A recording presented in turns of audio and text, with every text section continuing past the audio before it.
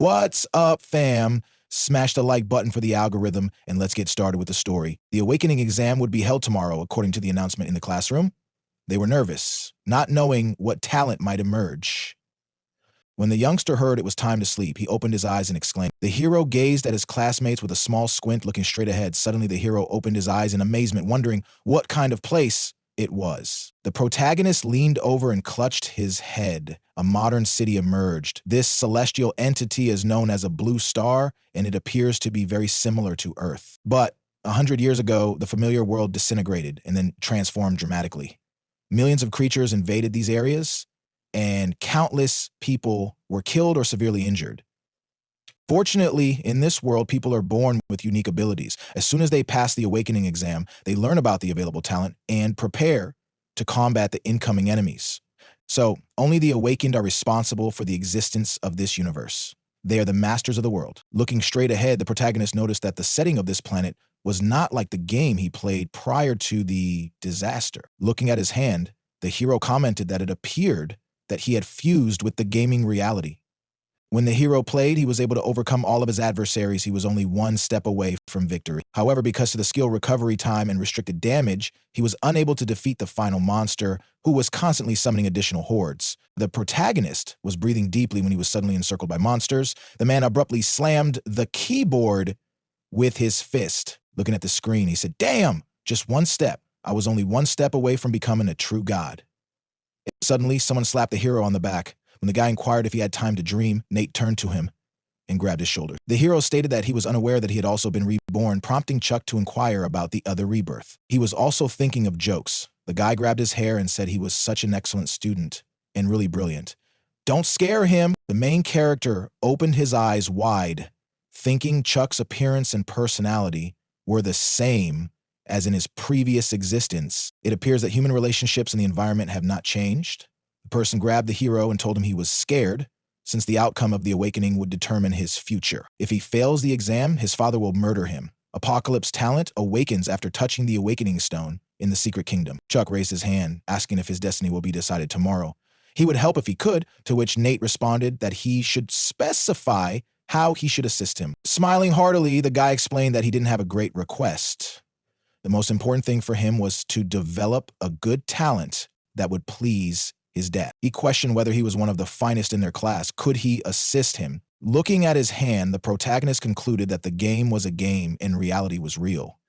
Even if he had significant combat experience in the game, he had no idea how things were in the apocalypse. He would have to see for himself. Chuck looked to the side and inquired if he had any thoughts.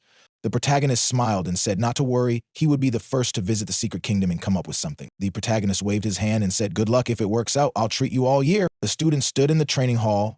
The guy extended his hand and suggested that they start with the smaller ones, to which the girl responded, "No," because it would take a lot of work. The other argued the elite monster's might was too much. Let them assist him.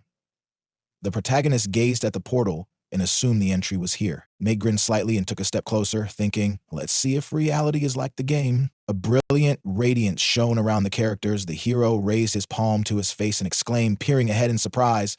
He wondered if this wasn't an apocalyptic village. Everything was fresh and identical. The protagonist was astounded to learn that the system had found the owner and was binding to the transformation system.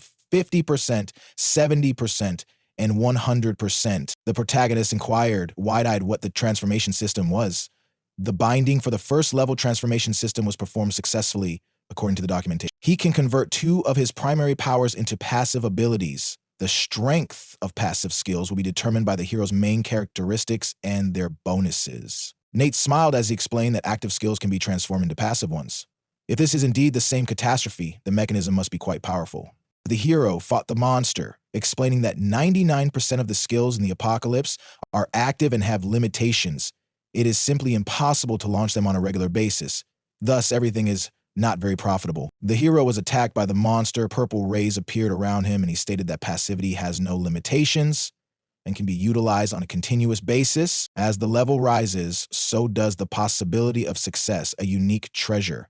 The protagonist clenched his fist and stated that in his former existence, he was unable to become a deity due to his poor skills. But this time, with the help of the transformation system, he would undoubtedly succeed. A menu appears in front of the protagonist, and he heard him select the skill he wished to convert. The protagonist clicked on the skill and stated that he would attempt it. A sword emerged in the protagonist's hand. The wave cut talent was acquired. The first level of wave cut allowed him to assault the enemy with a massive shock wave, resulting in a wave cut that dealt damage to the nearest 3 meters.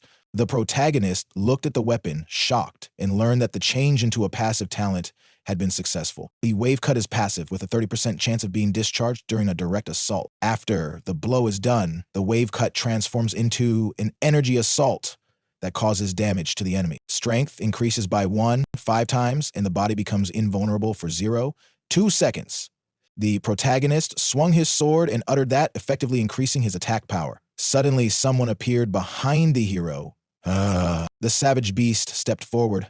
Turning around, Nate assumed the Minotaur was a level 3 and posed a significant threat on the training grounds. The Minotaur swung at the hero, and he decided it was the perfect opportunity to practice a new talent. The hero swung the sword. The Minotaur suddenly flew back, followed by a huge explosion. The protagonist glanced at it. The Minotaur's eyes flashed crimson, and he assumed he had no scratches on him. Suddenly, the beast charged forward. He swung his axe at the hero.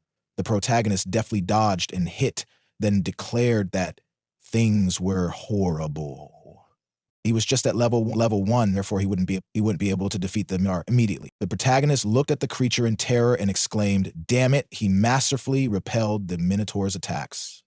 Suddenly, the protagonist's blade broke. It was written that the wave-cutting passive skill was triggered, as well as the invincible body for 0 seconds. The hero dropped his head in surprise and considered the passive skill. Looking straight ahead, the hero noticed that the strength had increased by 1.5 times. The protagonist suddenly squatted down. Looking straight ahead, the hero used the passive talent, Wave Cutting. The beast flew back abruptly, knocking the Minotaur's teeth out. The protagonist looked straight ahead as an explosion sounded in the distance. The protagonist smiled as he stared at the slain beast. Nate stated that after changing it to a passive talent, he was able to enhance both the area of damage and the attack power. Well, now the problem of achieving success can be considered solved. Looking at the sunset, he remarked that in this life, he would undoubtedly achieve more and become a deity. The protagonist looked to the side and hit the creature. The protagonist swung his sword fiercely. There were several monster corpses scattered around. Looking at the knife, Nate decided it was worth it. He'd already spent a few hours here. To remember the past, he needed to figure out where the exam would take place. Then he would be able to assist Chuck. It was stated that he should select the second skill to convert into a passive one. The protagonist put his hand to his face and stated that beginners typically perish due to a lack of attack power and a lengthy skill recovery time. When the protagonist clicked on the skill, he explained that the first skill was for attack power, while the second was for recovery. It was written that the weapon change talent was acquired level 1 weapon change. The time required to swap weapons is lowered by 30%. The skill is active for 30 seconds. A protagonist looked at his hands, and the passive weapon change talent was activated. Passive weapon change reduces the reload time for weapon changes by 30%. Nate noted that the rucksack contained a large number of basic weapons for beginners. There was also a passive weapon change talent, which allowed him to switch faster. It was written about the state, name, race level 0, strength 20, affects physical attack. Agility 20 affects critical strike speed. Evasion attack speed. Spirit 20 affects magical power. Constitution 20 affects blood volume and endurance. Passive. Skill. Level 1. Wave cut. Level 1. Weapon change. Combat power level 500. The main character smiled and stated that the difficulty with weapon change had been resolved, so there should be no issues entering the portal. Nate said that everything was ready. All that remained was to wait until tomorrow's exam. The day of the exam arrived. The man inquired whether he had taken the drug, to which he was informed that he had, with up to 9 compartments occupied by them.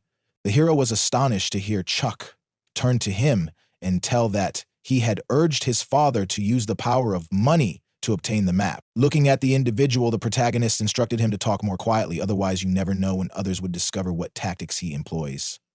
The individual admitted that he was guilty. Chuck looked at the map and stated that the professor himself chose this secret nation. He has high standards, therefore it won't be simple. Looking down, the protagonist saw that the map of the Flaming Rift's newcomers shows that the distribution of monster levels ranges from 3 to 10, implying that they would have to work hard. Looking at Chuck, the protagonist inquired as to what level of creatures he considered his maximum, to which he replied that he believed It was about the fifth, putting his palm to his face. The hero realized that he had not expected Chuck to be so feeble, and then stated that it appeared that he could only run after him. Looking away, the man asked if he had any money at home. Perhaps he should employ such horrible means. Vincent then stretched his palm forward, asking why he didn't just decline to take the exam and avoid embarrassing his father. Chuck grabbed his hand and shoved him before asking what he was talking about. The hero grabbed the guy's shoulder and advised him to calm down, to which he responded that he shouldn't stop him. Today would be the end for him. Vincent pointed at the man and stated, "It turns out I know Nate. Such rubbish can only wait for assistance from others." Someone suddenly smacked his leg, causing him to fall abruptly. The main character smiled and remarked that he shouldn't say that. Vincent cried angrily, "I want to die!" The thug swung at the hero and Nate grabbed his fist. Vincent asked where such strength came from, to which the hero replied that he should not forget. Nate pointed at the person and asked what he wanted to wager on, adding that Chuck's success would be far greater than his. The man glanced at him fiercely. Vincent laughed and wondered if he'd heard correctly. Smiling broadly, the man stated that he saw no reason to refuse a wager in which he would win 100%. He agreed that the loser would run 10 laps around the court naked before shouting the opponent's name 3 times. He'd take a chance. The main character raised his head and said that it was no problem. They heard that at the end of the exam, Chuck would compare his strength to Vincent. The disparity between them was enormous. "Isn't this a one-way game?" the guy asked, terrified that he was crazy. How could he?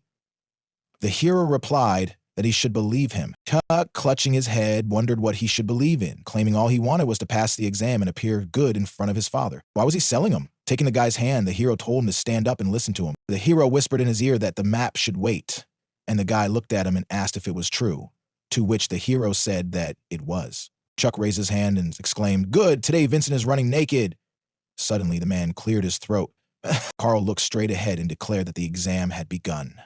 The students learned that he would instruct them to go through the teleportation spot one by one. The guy smiled and suggested he should wait for his speech. The protagonist entered the portal. Someone emerged in the dimension, causing a blazing rift. Someone said that the world is a massive volcano with magma bubbling everywhere. The major monsters are orcs and demons. After passing certain exams, a boss will await them at the top. Rubbing his hands, the protagonist stated that it was a lovely feeling that he hadn't had in a long time. Nate looked to the side, and behind him stood the Flaming Blades followers from the second level, as well as a nasty orc from the first level. The beast suddenly charged at the hero. The protagonist recoiled in dread as he gazed at the weapon. Nate hunched down slightly. The hero was taken aback by the orcs, who had formed a line around them. Taking out the sword, the hero reflected on the fact that he had previously controlled the game with a computer and a mouse, but now he needed to rely on his own body's instincts to survive. It was stated that this is one of the primary weapons for novices. Looking around, the protagonist believed they were fundamentally different from the creatures in the training arena. It's difficult to attack 5 at once. It was stated that the proprietor has a wealth of experience which will be translated into physical instincts. Nate's eyes widened in astonishment, assuming it was a passive skill. The hero's skeleton appeared. The experience had grown into a visceral instinct, and he suspected something was wrong with it. The orcs raced toward the hero. The protagonist jerked up sharply and his eyes blazed purple. Nate lowered his head sharply. The hero jumped up, and the beast got hit. The creatures were surprised when they saw the orc. The protagonist grinned, believing he had complete control over his muscles. Great! Now his bodily instincts matched those he utilized in the game. Looking straight ahead, the protagonist stated that they were no longer angry. "Let them strike!" the orcs exclaimed in surprise. Suddenly they charged at the hero. The protagonist performed a sharp somersault. Looking ahead, he believed he needed to guide them in a specific way. Suddenly the beasts raised their heads. The hero slid backward. The beasts turned around furiously. The hero's eyes brightened up, and he thought, okay, here it is. His chance. The protagonist employed the beginner's skill, slide. The hero leaned down and grabbed the weapon. Nate used the talent wave cut. He used his skill by swinging the blade.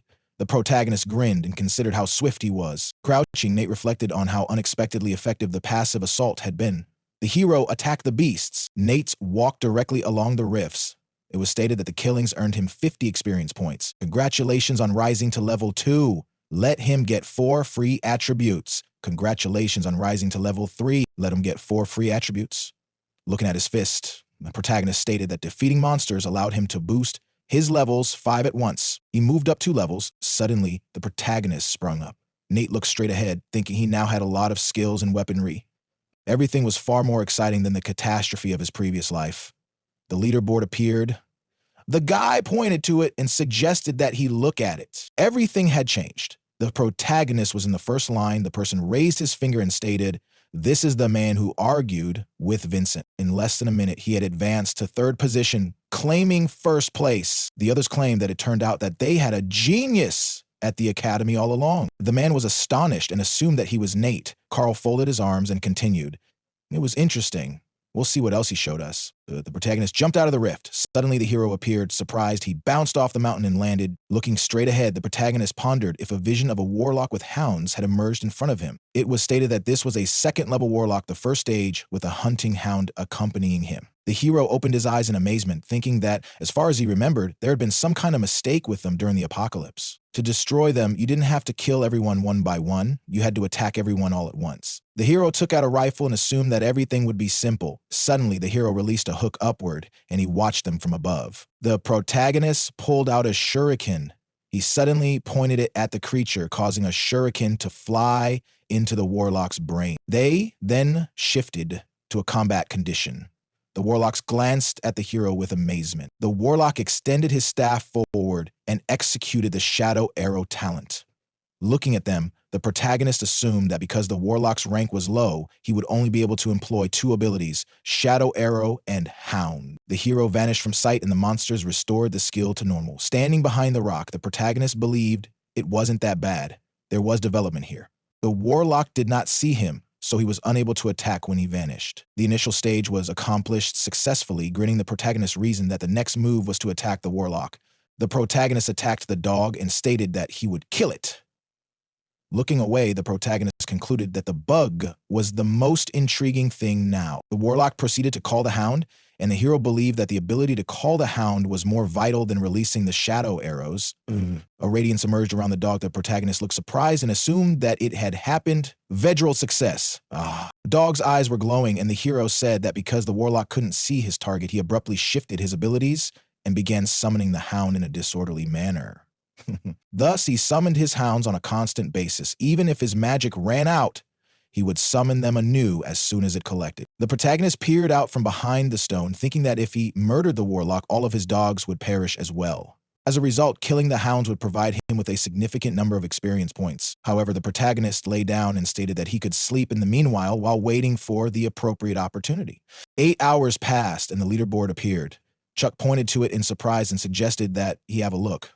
The girl drew her pistol forward. The man exclaimed that Sister Bella was the first to hit the arrows. She is quite strong. She literally took 2nd place. She suddenly found herself in 1st place after receiving the 10th level. The man carried a weapon in his hand and someone called for them to see. Headman Adam has just transformed into a sword. I wonder if he can overcome the boss and reach the Awakening Stone. They had made quick progress and he would participate again the next year. Carl, with his hands behind his back, assumed that the outstanding blank would eventually appear. So what about the guy? Where is he? The 659th row in the table appeared. The man opened his eyes in surprise, thinking he was in last position. The guy laughed and admitted that he had performed admirably at first, but had faded in the end. What a chuckle. The girl spoke clearly, and they puzzled how such a talent could. Carl assumed that the secret realm will be available in 12 hours. Based on his appearance, according to his present speed, he would barely make it to level 6, let alone defeat the final boss and gain a skill. There were 4 hours left in the exam. The guy reached his palm forward and exclaimed, "Look, the score is changing." The man gazed at the table, surprised. Carl, his eyes wide, wondered what this guy was doing. A minute before, the prodigy stretched and thought he had gotten enough sleep. Nate looked to the side. A large number of dogs came, and the hero said, "Damn, there are so many of them." He believes there are around 400. The protagonist pulled out a machine gun.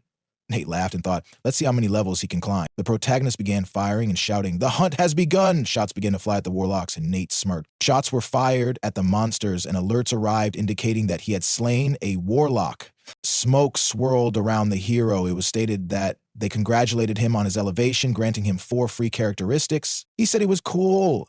Progress, he was even a little tired. It was written that congratulations, the passive wave cut was elevated to the 2nd level. The probability of using the passive skill when attacking is 35%. After the strike, the wave cut turns into an energy attack that deals damage to the enemy. The strength of the increase is 16 times. The body becomes invulnerable for 0. 3 seconds, it was said that the passive weapon change was elevated to the second level. The reload time is reduced by 40%. The hero said that it turns out that with an increase in level, passive skills improve. Grinning, the main character said that the growth is quite decent. He increased his level. Will it be possible to activate a new passive skill? The main character was in first position. The guy said in surprise that in just 1 minute, he passed 10 levels. Where did such a genius come from in their academy? To which the other replied that how cool, the 13th level can enter the top 3 in the country. He has been living for a long time, but he has never seen anything like this. This person is the best. Clenching his fists, the man said, let everyone look. This is his student. He asked, isn't it cool? Bob turned to the principal and asked, what's the matter? And the man shouted fiercely, what kind of behavior is this? He's out of his mind. Such a student should have been warned in advance. To which the teacher lowered his head and apologized, looking to the side. Carl said that he was also getting old since he was so easily impressed. It was safe to say that Nate was the most talented among all the students in Zhang. Another dimension appeared. The protagonist looked to the side in surprise. It was written that, congratulations on promoting to level 13. He can choose a specialization after passing level 10. Let him make his choice. The protagonist abruptly stamped his foot. A menu appeared, and he thought that in his previous life, during the apocalypse, he closed all the cells and reached the top. Almost. Becoming a god. But there was something that he never chose. Looking at the menu, the protagonist said, so, freedom-loving, specialization, that does not change anything much. A diagram appeared and the hero said that freedom-loving can use any attributes. It does not fall under the restrictions. Thus, he will not have any limitations. Moreover, he can wear any equipment and change it whenever he wants. A view of the characteristics opened. And Nate added that there are also disadvantages. This is low damage and the number of skills extensive since they are not limited by any. At the early stages, he can still enjoy this specialization, but at later stages, no longer. Clicking on the icon, the protagonist said that, but thanks to the transformation system, even a weak specialization of freedom-loving will not bring trouble. Well, now they will try on this one. It was written that since they decided not to change their specialization, he is automatically assigned a spellcaster. Load in 50%, 80%, 100%. Load incomplete. Ooh, looking at his hands, the protagonist asked what the hidden specialization was. The sorcerer. It was written that Nate was in first place, level 13. Specialization was freedom, loving. Someone shouted, oh my God, something is wrong with my vision. How is that possible? There is not even a hint of talent in this specialization. What a terrible choice. Looking away, the director shouted, what is he even teaching blank freedom loving? What nonsense. The man nervously said that the previous students chose the specialization of warrior. He does not know what is wrong with Nate. The man put his hand to his face and said that choosing such a specialization is tantamount to giving up a bright future. What a whore. Throwing his hands behind his head, the guy asked, are freedom-loving people really that bad? He said that maybe they also have some tricks. To which the other said that yes, he understands. Smiling, the protagonist said that the greatest advantage of freedom-loving is that they are not limited in the choice of weapons. At an early stage, you can even make up whole combinations, combining skills in accordance with the skills of the enemy. He needs everything. The warriors went forward, and the protagonist added that, but there are advantages only at early stages. As for the middle and later stages, then the skills are already quite difficult to develop, and the damage is generally not enough, so it will not be possible to win anymore. Closing his eyes, the guy said that therefore all hopes will collapse. Another student asked what and why a specialization is needed in which it is impossible to develop in later stages. Rocks appeared. Smiling, the protagonist said that freedom-loving suits him best. Thanks to the transformation system, he will be able to compensate for all the shortcomings of low damage. Relying on his experience from a past life, he can increase the strength of the freedom-loving. Looking at the menu, the protagonist said that the spellcaster asked, what and what is this? The protagonist pointed to the freedom-loving specialization. The hero opened his eyes in surprise. It was written about the spellcaster. He is not able to learn the skills that are taught to him in educational institutions. He can only learn those that are dropped by bosses. For each study, he can additionally get 2 points to advance the level. Everyone by default becomes very strong. The rewards will increase more and more each time. Putting his palm to his face, the protagonist claimed that he can only learn talents that are dropped by bosses, nothing unique. The hero patted himself on the shoulder and said, that was great. Wasn't that bad for the apocalypse? He still had several advantages. The spellcaster was quite adept at activating the enhancement. Nate stated that the most essential thing at the moment was to boost passive damage by increasing attack speed. Suddenly, a strange sound came from the side. The beast looked away, surprised. The main figure executed a sharp stroke with his sword. Looking at his hand, the protagonist stated that raising the characteristic much simplifies the battle. Attack, speed, fencing, critical hit frequency. What an exciting universe! Right? Suddenly, a remarkable attribute, the Book of Demons, was hurled behind the hero. Taking it in his hand, the hero inquired as to whether the old book appeared to assist him in unlocking hidden assignments. Smiling, the protagonist admitted that he almost forgot. It was best not to rush to confront the bosses. The main objective was to accumulate characteristics. It was written near the end of the exam. 60 minutes remaining. The examination was coming to a finish. The students gradually approached the boss. What awaited them was the final test. The boss emerged. They could only complete the exam if they killed him and touched the awakening stone. The awakening stone was located behind them. The guy kicked the stone while gazing straight ahead. He assumed that this was the boss. If he fought him, he'd be able to touch the stone. The guy charged forward, shouting that he was attacking. The creature used the sacrifice technique to deal continual damage to enemies. Furthermore, the ancestor's curse was randomly discharged, lowering the attacker's damage. Pulling his blade forward, the guy assumed that if the boss utilized this technique, everyone else would certainly perish. But if he relied on his speed, maybe he'd be able to cope with the boss. Suddenly, the guy opened his eyes, surprised. He flew back sharply, landing on the earth. He exclaimed. The boy groaned in agony and glanced ahead with amazement, thinking, "What the hell?" The boss looked forward angrily. The blank believed it was over. He could not defeat it. The test hall appeared. The boy flew out of the portal, shouting. Looking at him, the students said, "Isn't he in the top 50? Why did he lose?" Even the elite were defeated. The boss was level 10. In previous years, he had been frightened that the students would have to organize teams to defeat him. Doesn't he think he can break through him alone? No, when the boss casts a spell, you have to get closer. He's afraid of close combat, but his body is protected by 2 orcs. This is the main difficulty. Wasn't this particular secret kingdom hidden because of its extreme complexity? How come the committee opened it again? The hero took a step forward, peering out from around the corner. Nate thought it took him over an hour to collect the goods needed to unlock the hidden task. Fortunately, he made it to the boss on time. The wind blew on the protagonist. The beasts rushed forth, shouting. Looking at them, the protagonist commented that they were. Stretching his hand forward, the protagonist stated that there were no complications. The hero leaned to the ground. The beasts glanced around, surprised. The protagonist made a sharp stroke with his sword. Nate landed and rushed forward, believing that the monster was unprotected without his orcs. The sacrifice level was increasing. Jumping up to the boss, the hero assumed that this was it. The hero attacked with his foot, believing that he was a living target. He grabbed the machine gun, assuming they wouldn't waste time. The protagonist fired at the boss, and the bullets flew toward the creature. The machine gun was empty, and the hero assumed he had used up all of the rounds. It seemed pointless. The boss slumped to the ground. The hero turned around as the creature became enraged. The hero utilized the weapon swap skill and thought it was quite useful. The protagonist inflicted numerous blows to the monster, resulting in human bondage. Nate smiled heartily and decided it was time for them to tumble to the ground. But them apologized for hitting their weak spot. Now their legs were smashed to pieces. Holding a spear in his hands, the protagonist reasoned that the problem of this kingdom was that when casting a spell, the boss himself could not fight, but he was protected by 2 orcs. When he was attacked, the equipment would reset immediately. Sparks were generated by the blade due to friction. Look down. The protagonist admitted that he was now defenseless. The boss lay on the ground, and the protagonist exclaimed that he was weak. And so, after sticking a weapon inside him, the hero exclaimed that he was too susceptible.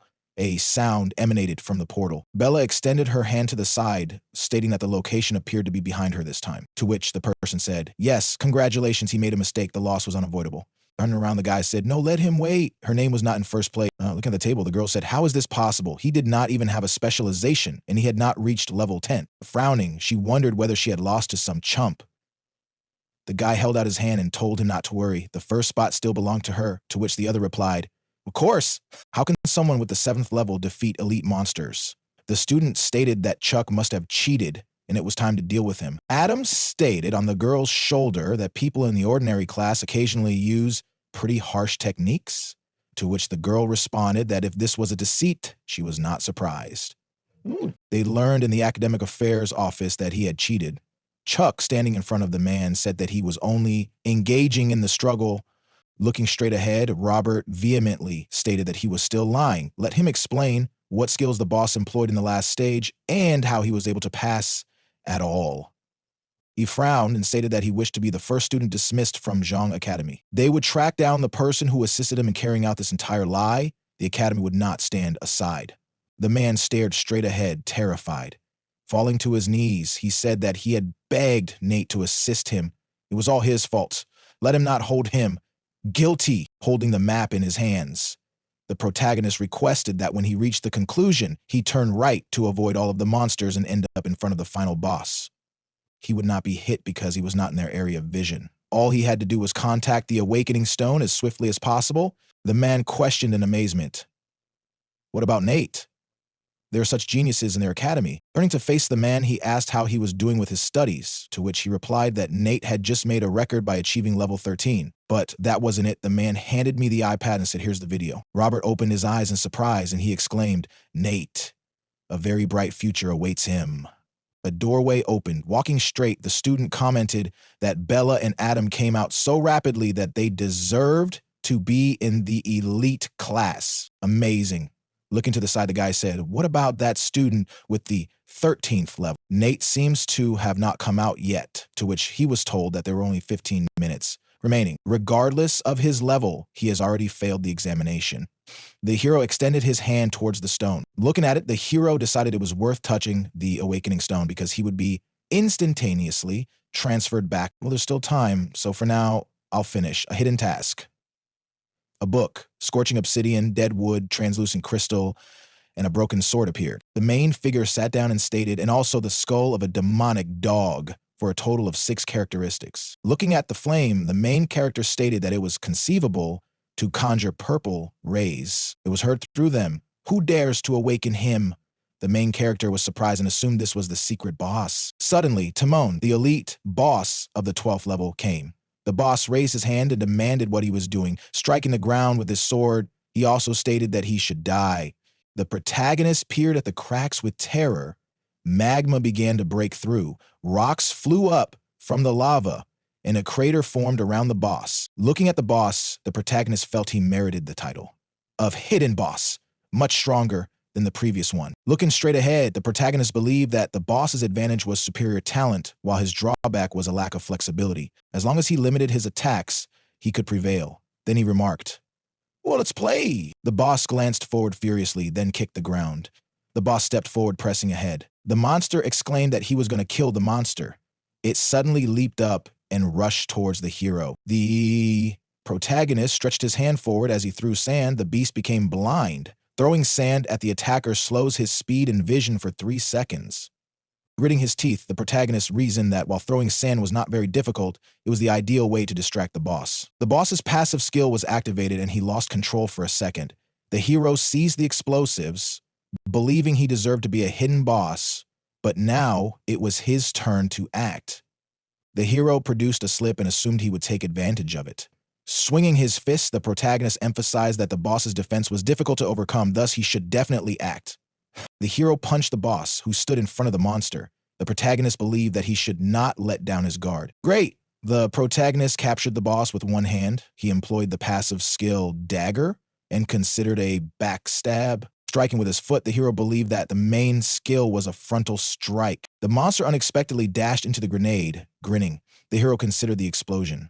A massive explosion erupted. Falling to the ground, the beast wheezed in agony. The protagonist swiped at him and threw the swords. He said that he needed to rest more. The weapons flew toward the monster's hands. Putting his foot forward, the protagonist stated that no matter how strong he was, he could not compete with him. The hero bid the beast farewell while pointing his machine pistol at it.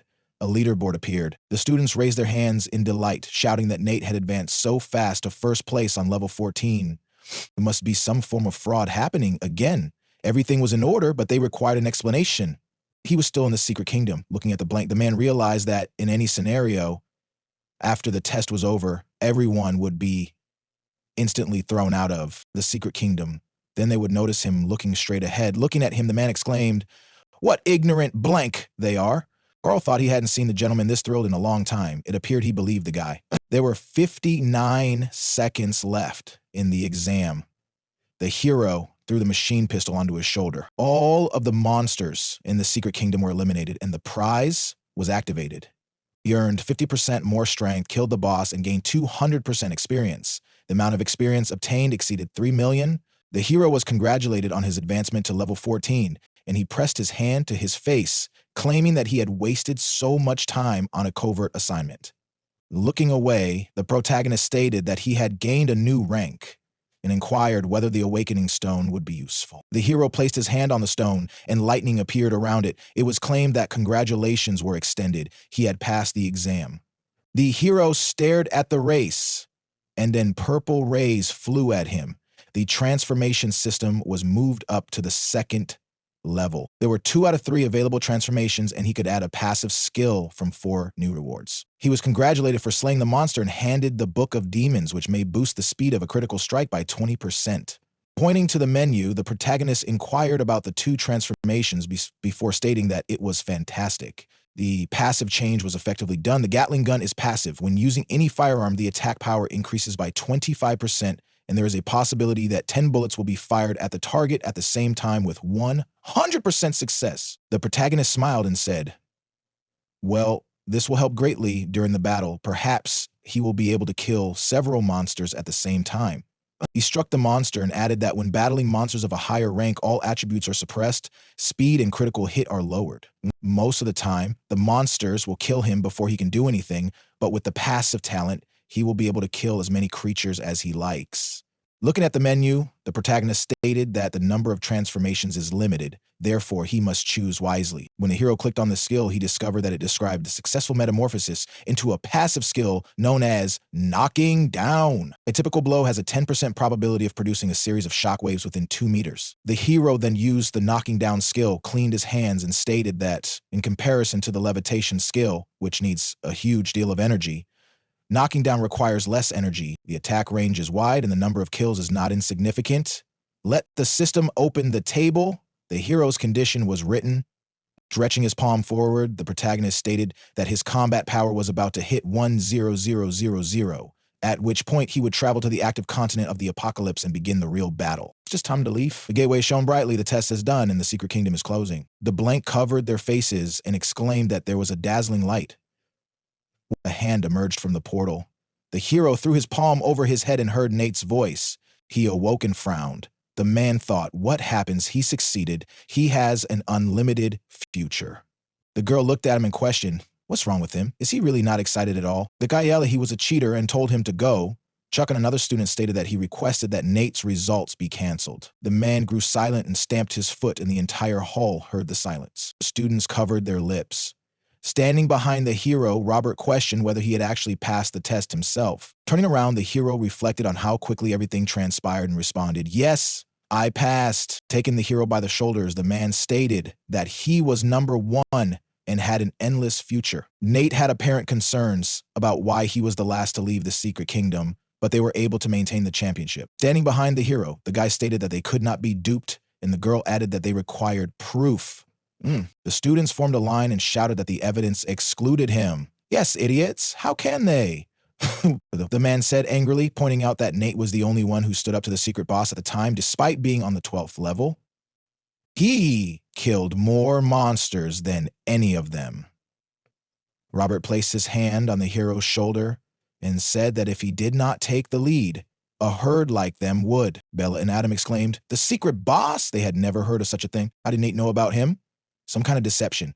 Looking at them, the girl reflected on how an ordinary blank from a simple class, although being in the rocket class, had taken the lead. Nobody stole it. She believes there was some kind of a fraud with the boss. Everything should be checked. She landed abruptly, thrusting her hand forward. She said, wait, let him share with them, before asking how he summoned the secret boss. Looking away in surprise, the protagonist questioned, whoa, why should I explain?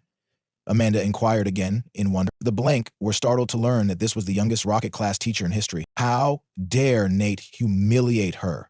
He is finished, and teacher Amanda will not forgive him for this. I turned around to face her, surprised.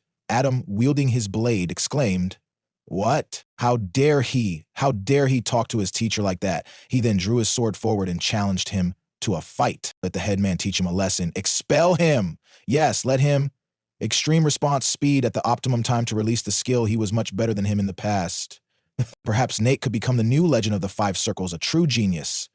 Such a good seedling should stay with them. Robert, looking at the hero, said on behalf of the Academy that he would like to make an announcement.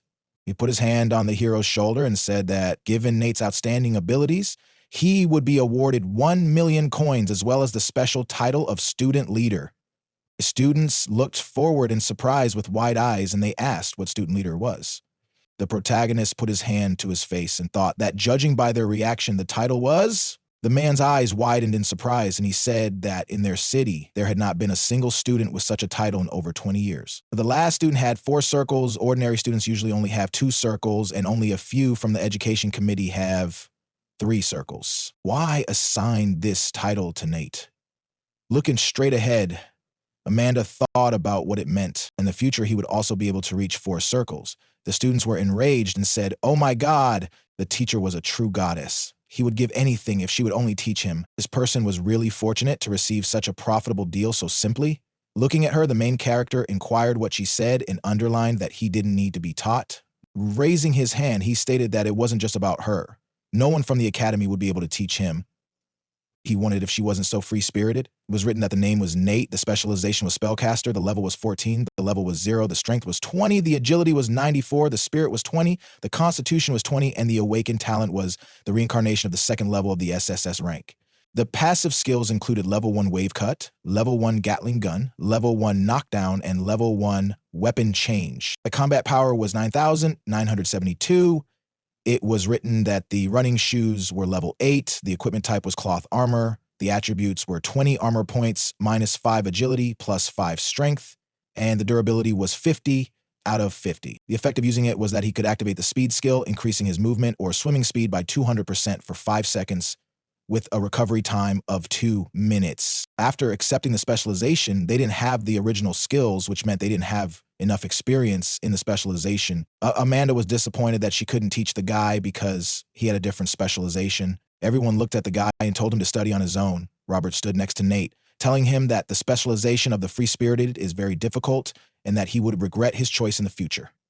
The hero calmly replied that he chose this path. The teacher responded that if no one could teach the hero, he would give permission for independent training and hoped that Nate would shine in the exam in a month. The unified exam is an important state exam for the selection of talents. Awakened people all over the country will compete with each other, and then they will receive appropriate resources and rewards. All the guys were surprised that Nate is the only hero who studies on his own. For them, it was amazing. The guy, with a smile on his face, began to ask the teacher when his reward of 100 million would arrive. The process of entering the apocalypse system was completed a few seconds after receiving all of the information about the hero. They kept pestering the man, asking where Nate wanted to go and why he chose this specialization, management association. Nate stood near the check.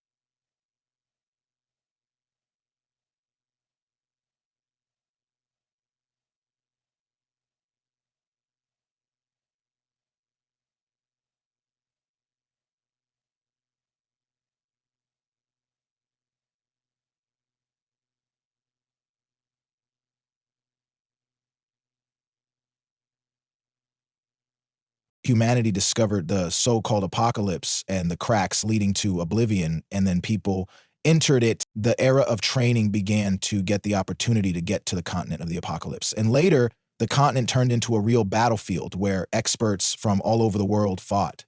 It was the same place Nate had been in the past, and the main character looked at the guys who were banding together to clear the monsters faster. He realized that they only had this way of fighting monsters, and he had the same knowledge in the past. The hero knew that completing the hidden task first would earn him the most points. A dilapidated village with traces of people, his hand reached for the paper. It was written that yesterday while fishing, the guy found some strange, huge shadow. But the people in the village did not believe it. So maybe Nate could help with this? A secret. The task was open for the hero, and he understood that no one else would complete it. The task not only requires a lot of experience, but it will reward the beginner with an easy to use. The guy asked the hero to repeat his words because no monster would go after anyone, and all the guys were shouting to leave because they needed to take care of others. Drake was upset, saying that they were constantly taking away opportunities, and as a result, they were 3 levels behind. Chloe shouted that there was still one guy. Nate looked ahead, realizing that the hero wanted to use the high damage dealt by 2 mages to get rid of all the monsters. The one who first destroyed a certain amount of monsters' life points would be able to take possession of it. The rest of the players would not receive a reward for killing. Nate thought that ordinary people did not know about this yet. He ran quickly, not noticing anything in front of him. Nate realized that if his damage was 3 times greater, the heroes were perplexed by what was going on. Mike, with a smile on his face, asked the guys if they thought they could take over his monsters. As a snowstorm with an additional freezing effect began to roll across the area, the system window informed them that if they died in the apocalypse, their level would be reduced. And if they died several times in a row, they would lose the ability to be resurrected. Nate decided to activate the machine gun. The system windows responded that all these machine gun actions worked successfully. One of the guys answered in surprise that the machine gun's action time was 8 seconds and no one knew how he managed to use it continuously. Everyone looked at the guy with incomprehension as he took away the loot. Nate laughed, answering that the damage from the machine gun was amazing. Mike laughingly replied that he realized his mistake and they would not attack him anymore. Nate angrily replied that he was giving them a minute to hand over everything they had managed to get, because otherwise they would have to level up again. One of the heroes shouted that he was not going to give up, even if he was on the verge of life and death. Drake looked at the heroes in confusion, wondering why all the students were so cool. Everyone looked at Nate, not understanding why he was not moving. The hero laughingly said that he was so afraid that he could not move. The fire force was directed at the guy, the hands changed to gloves, a boxing dodge skill began throughout the area, the bodies were filled with fire, and the hands created an explosive fist. Nate looked at the guys angrily. Everyone flew away from Nate's kicks. The heroes screamed loudly. Drake looked ahead in surprise, not understanding what happened. Nate stood behind Mike, saying that he was taking his words back, and now he not only needed the attributes, but also all the coins of the apocalypse. Chloe was sadly screaming that she would give everything they asked for. The team responded that they were not finished yet and there was no need to mock them. Mike angrily screamed to calm down. A bag was held out to the hero. Mike sadly and fearfully offered to take all the things. Nate angrily answered that they could all go. Drake laughed, not understanding why. They were like this, that even the students from the academy could defeat them. The main character looked at the guys offering to create and form a team, making someone a captain. Nate smiled, realizing that everything was the same as in the past world and strength was the most important thing in the world of the apocalypse. But with all this, no one should interfere with him collecting attributes. The system window began to show disappearing shadows. The hero understood that he still had 239 tails left, and this day would be boring. And the next day, Nate was lying on the ground, exhausted, saying that his secret mission was taking a long time to get at least 1 new level. The system window began to show all the stats. The guy was glad that his agility had surpassed 100. He knew that most freshmen would not achieve such success. The guy decided that it was time for him to finish the mission at Demon Academy. Mike angrily shouted at his guys that their skills were lower than Michael smiled, hearing that the first group had 30 of the best students who contacted everyone, and the majority of them agreed to help them. The guy was glad that he found a better freshman who was able to rise to level 21 in just a year. Leon answered with confusion that there were rumors that he didn't bow down to anyone, and no one knew if he would agree. The fire force began. Mike looked ahead confidently, his hands brushed the dust off his palms, and the guide. Mike's face was dissatisfied as the hero yelled that he hadn't finished yet, and that he didn't need any assistance. The team smiled and said they had a battle plan. The freshman calmly replied that he wasn't interested. The hero scratched his head and asked them to move on. At the fishing store, the hero went in, asking to show the best fishing rods. Nate looked around, realizing that collecting broken tails was the first point in the task, and now he needed gear. The hero decided to use the winnings to buy it. The seller looked at the guy, answering that all prices were indicated in the price list and the goods could also be found. Nate, standing with his back to the man, answered that the quality of fishing depended on the rods and gear, which he did not understand so well. So, he would not refuse help. In a few seconds, the guy would ask for an exquisite rod made of purple bamboo, and 10 Daphnia. The seller was surprised that the hero was interested in a more expensive product. His legs quickly ran after the rod, and the guy himself did not understand that he was really an experienced fisherman. The seller understood that even if you go fishing in the wilderness, it is impossible to have such extensive knowledge. Nate answered the smiling man that it was just a hobby. The hero calmly replied that he remembered from a previous life that there was a boss on the opposite island who appeared every 72 hours, and despite the fact that he was not far away, he would make a discount and Nate could take this fishing rod for only 10 gold. The seller laughed and told Nate that if he caught anything, he could bring it for sale. After Shadow vanished, the heroes became perplexed as to who had jumped into the water. All residents of the apocalypse have a 2-minute limit for staying in the water, and if one exceeds it, the blood begins to leave the body, and 10 seconds later, the guys can part with their lives. The heroes exclaimed in surprise that this guy was very cool, as they had not yet seen a single newbie who would take such a risk. There were statues in the middle of the forest. The heroes slowly approached this place, answering that all of this was here. The foot stomped on the ground, something like jelly began to thicken. Nate smiled, answering that he was very lucky today, since an extra mutant monster appeared on the territory. The hero began to fight her, shouting that he had not seen her for a long time. The head was broken with the help of fire. Sticky goo flew all over the sides. The monster tried to get closer to the hero. Nate was surprised to realize that the monster had increased its scale. The guy understood that if the dirt fell on him, he would slow down by 30%, and such damage could be applied over and over again. The hero decided to change his weapon to a long blade. After some time, a quick cut of the waves occurred. After a few seconds, the passive skill, Wave Cut, was activated. All this quickly made the monster weaker. The mutant screamed loudly. Slime flew all over the territory. Nate saw a radiation cloud ahead, which, if he hit, would cause him to lose life points every second. The hero held the weapon in his hands, shooting madly from it. The monster continued to scream something, distracted by an explosion that swept across the territory. The guy jumped to the ground, answering that he was done. Among the pile of stones lay a staff. The system window announced that it was a staff of water vine. The hero was happy, responding that this was what he needed. Nate smiled, realizing that now he only had to catch the disappearing shadow. The guy understood that the next step would be a fierce battle. He fell to the ground. Nate noticed that he had been followed since yesterday evening. The action of the staff of Watervine helped him breathe unlimitedly underwater. The heroes shouted discontentedly that they could not do this anymore. The boys responded in surprise that Nate could have simply been killed by a monster, and if so, they were just wasting their time. The heroes shouted loudly and asked where the guy was. They called the girl in displeasure and told her that Nate had slipped away from a fishing spot on the Broken Islands. The hero held a fishing rod in his hand. He thought that after all the preparations were complete, he should start fishing. The place to catch the vanishing shadow should be here. He noticed a man on the shore. Someone had already taken this place. He looked at the window with introductory information but did not see his attributes. Nate opened his eyes wide. A person cannot see the level of another unless the difference in their strength is too great. The stranger looked back and asked if the guy had also come to fish. He said there was still a place for him. He told the young man that it was good that he was so cautious, but with his current strength, it would not be difficult for him to finish him off, and if he wanted to go fishing, he should go ahead. The guy sat down, thinking that at first he would just sit, and when the stranger left, he would get down to the task. Nate cast his line. The man thought apparently he is not afraid at all. A daredevil. 2 minutes later, he picked up the line. They congratulated him on his catch. He had caught a fish weighing 8 kg. The young man took it off the hook and thought about what luck it was to catch such a heavy fish at once. In his past life, he had pumped his fishing level to the highest. The stranger grinned, declaring that he was lucky. The guy cast his line again, and a minute later, the man was very surprised. Nate had caught a red con weighing 5 kg. 2 minutes later, a new catch of 8.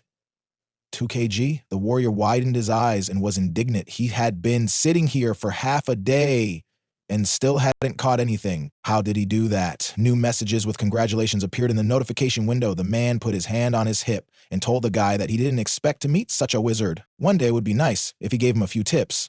Nate folded his arms and thought that he had been here for many years but still hadn't gotten the hang of fishing. However, he thanked the stranger for the praise. He waved his hand in the stranger's direction and added that in that case, he would tell him something. He needed to pick up better bait. The stranger touched his chin with his hand and laughed, saying that the guy was rather strange. At such a young age, he already knew so much about fishing.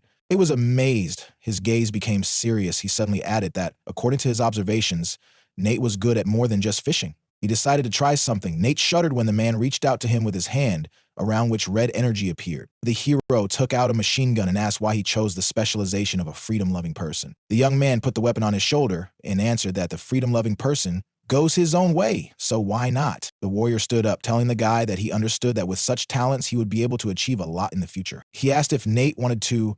On the device screen, the dialogue surveillance on Nate showed that the players informed the lady that they managed to attack the hero's trail, his coordinates, and that he was currently fishing.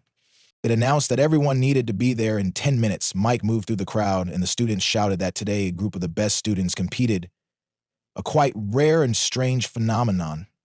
Isn't Kevin a loner? He is the leader of the first years. Everyone looks up to him, and quite a terrifying composition. Do they really want to fight the boss? Mike thought that Nate would die today. He turned to his classmate Kevin and said that they were counting on him. He thought, let them start first. If things is as serious as Mike claimed, I will act. The guy from the management staff informed Steven that Mike is headed to the Apocalypse continent with a group of 20 individuals. Is something truly coming? The man from the City Management Association shouted angrily into the phone that he instructed to follow them and report if anything happened. He gripped his head, saying tiredly, IRL, this guy will drive me insane someday. He hoped nothing happened today. The hero continued fishing. The number of turtle tails was 39. He thought he was absolutely sure 400 tails should be just right. He couldn't be wrong. A team of players appeared behind him. Mike told Nate that they hadn't seen each other in a long time. His fishing would not work out today. The young man grinned. Weren't these guys from the scum group? What's wrong? They couldn't handle it themselves, so they decided to run for help? Yeah, the Demon Academy is amazing. Kevin scowled, thinking, so this is freedom-loving. Interesting. The students were furious. The leader shouted at him to shut his mouth. Or does he think he can escape after insulting the spirit of their academy? He wished him dead. Nate's fishing rod bent badly. A warning of a big catch was coming. He screamed. Finally, a huge monster appeared from the water. The players opened their mouths in fear and screamed, what kind of monster is this? Is their hidden boss? They had never seen anything like it, and Nate caught it. It was a blue monster with many spikes, Prince Jack, a level 22 elite boss. Kevin gritted his teeth, thinking that even he couldn't deal with it alone. Maybe its appearance is connected with the level 15 freedom level. The student turned to the headman and said that this was a rather rare boss, and suggested that because there were so many of them, they should kill it and take the treasure. The hero threw turtle tails at them, saying that they would have to sacrifice their lives. The monster jumped out of the water. Mike screamed that it was about to strike, and the blow threw the players to the sides. You have a move to the side and remarked coldly, freezing technique. The guy raised his hand and created an ice defense, shouting for the others to attack. And the magic damaged the boss. The leader of the group praised his classmate, saying that only with him could they resist the Prince of Jack. Nate began all of this against them, therefore they needed to murder him while the others fought. 3 Demon Academy members rushed toward the hero. He assumed they had decided to interfere with his plans. Clearly, Mike is a little crazy. He switched to a spear, believing that any techniques were worthless against him, and used the cleanup skill on them. 3 magicians stood to the side. Nate instantly switched to a dart and executed the major assassin's skill, Shi'ai. The player was stunned when the shurikens interrupted his usage of the M skill. The hero wielded a blade and struck them with a crescent. The guys reacted in fear. One of them couldn't understand why he was swapping guns so frequently. Even if he loved freedom, he couldn't react so swiftly. The other said that he had seen freedom lovers before, but their gap for changing weapons was at least twice as lengthy. How did he manage to do it? Jack broke through the ice barrier, saying, damn, people, the boss has weakened. Control has moved to the second stage. The monster triggered the trident. Jets of water began to emerge from the ground. He yelled that he would finish everyone off. Water covered the entire space around the players, submerging them. Nate wondered if this was the second phase, as he had a distinct advantage in the water. Prince Jack entered the second level of his state, invincibility. The remaining duration was 30 seconds. Leon swam up to the headmen and inquired what to do next. Their wizard was unable to attack in such a location, and they couldn't stay in the water for long. Surfacing was not a possibility in every case. Nate was alone here, Chloe continued, and Jack would kill him regardless. Mike tightened his fists, furious, thinking, what was the point?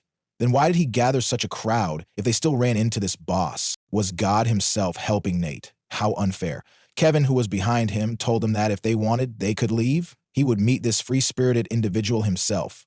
The leader thought, great, Kevin was still on his side. Mike lifted his hands and addressed the group, stating that if they tried, they would undoubtedly overcome Nate. He urged that they not touch Nasjac for the time being and instead focus all of their efforts on murdering him. If they defeated him, he would double their reward. The students gazed at one another. They triggered their weapons and moved to eliminate the hero Nasjac. Grinning decided to finish him off. He dodged the flame, assuming that the 30-mega countdown had begun. It would soon be impossible to stop the boss. The hero dug deeper. Mike could no longer see him and wondered, did he really decide to commit suicide? Minutes had gone underwater. The monster opened its mouth, and Prince Naj's invincibility came to an end. Due to the tension, a vein bulged on the headman's forehead. He thought, this is the end. He also couldn't stay underwater for long. It appeared that he wouldn't be able to escape. The monster utilized the deep-sea vortex against the players. The whirlpools in the water drew them in. They screamed, what kind of power is this? The man couldn't stop himself. The leader stated that if they were transported to the bottom of the sea, they would very certainly be unable to escape. Another person requested assistance within 2 minutes because they did not want to die. Someone attacked the monster's head with a flame explosion. It was Kevin, and he was amazed that it was conceivable. He was level 21. Was his technique completely ineffective on Naj? Mike yelled excitedly. It's bad. Fire techniques noticeably reduce their power underwater, the student exclaimed. They are not his rivals. The magician and the guy in glasses agreed that they needed to save themselves as soon as possible. The headman turned to Kevin and said Nate was still dead, advising they retreat. He responded, next time it will definitely work. The lad swam to the top. Najee yelled from the depths. Nasty people decided to anger first and then escape. He wielded ice shackles. The players' bodies began to be covered in ice. Mike shouted, no! The man was utterly immobilized.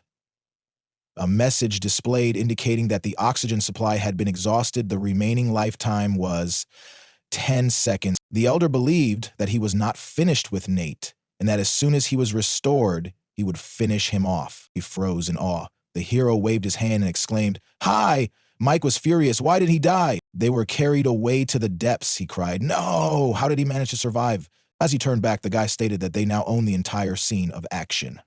The creature utilized ice chains and emitted a ray of light from his mouth. Nate extended his hands forward, triggering the basic skill Mask of Awareness, which surrounded him in thoughts. It was time to equalize the speeds. He reflected the opponent's strike. The hero clicked on the screen that appeared in front of him, believing that the only thing left to do was close the gap with the boss. Running shoes were properly equipped. He dashed towards the enemy, convinced that the reward had come in handy.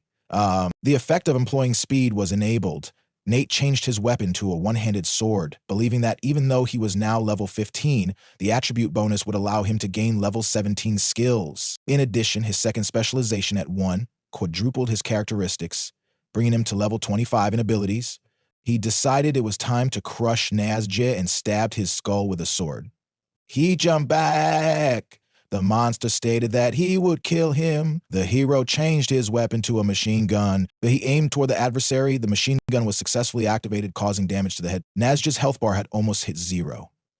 Nate stretched his hand to the side and said, great. Only 101 units of damage left. Time to finish. The monster opened its mouth wide and charged at him with a roar. How dare this man treat him like this? He's a corpse. The corners of the guy's lips slightly lifted. He realized that everything depended on whether he could reach him alive. He employed rotation to do 120 damage in a single hit. Nazjeh burst. A notification occurred congratulating you on completing the hidden mission. A disappearing shadow. In the blue window, a message about progressing to level 17 appeared. Nate received a golden chest and screamed, finally, as he stepped out onto the beach. He raised the chest lid and pulled out a white ribbon with hieroglyphs. He was congratulated for acquiring an epic attribute, the Tide Amulet. The annotation stated that he was not restricted to this level and could utilize the amulet at his present rank. The item's quality improves as its level increases. Nate smiled slightly. Now he'd be able to defeat demons. He only needed to use the amulet, but he needed to be aware that there were still certain constraints. In any case, for players of his level, he was unbeatable. He could face adversaries a dozen levels higher. The man shouted in Zhong City's education department that he disagreed with giving Nate with a quota. Charlie folded his arms across his chest. He noted that the guy had broken the city record by reaching level 14 and inquired, "So what's the problem?"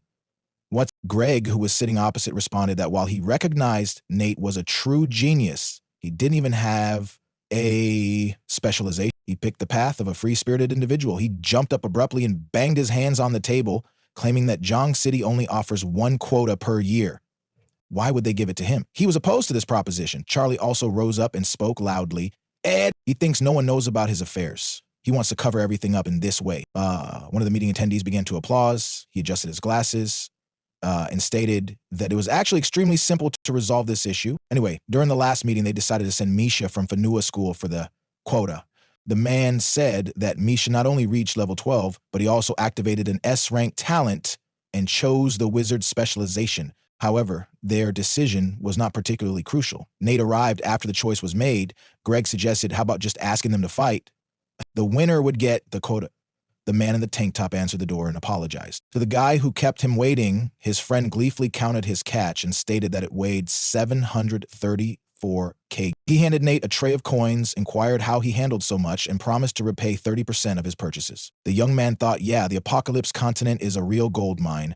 The hero stared at the television as the host greeted the audience. Now they are here in the Cheng City Academy. The gentleman slipped the towel off his head and inquired, Cheng City Academy. The man was astonished. He was also aware that all of the recent news had been about these happenings. They believe Zhang and Fang Hui's will host a student competition to select who should receive the quota. Nate slid his fingers to open the information window and said, quota competition?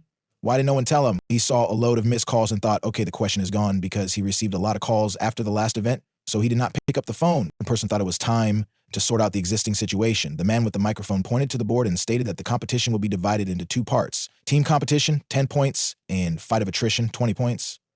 The academy that scores the most points receives a quota. The team combat will be 5-on-5 with eliminations. Each of them sends 20 people to the competition, and the winner will be determined by who has the most left. The host's voice resonated across the massive stadium as he asked to greet the attendees. The Cheng City Academy's team featured a fighter, a mage, a shooter, a priest, and a warrior, while the Feng Hua team included a swordsman, a horseman, a magic caster, an assassin, and a boxer. The blank screamed words of encouragement, and Bella was wished good luck. Someone identified Misha as the field's strongest pupil. He is level 12. What? Another argued that he cannot compare to his classmate Nate, but for some reason, he has not been seen in recent days.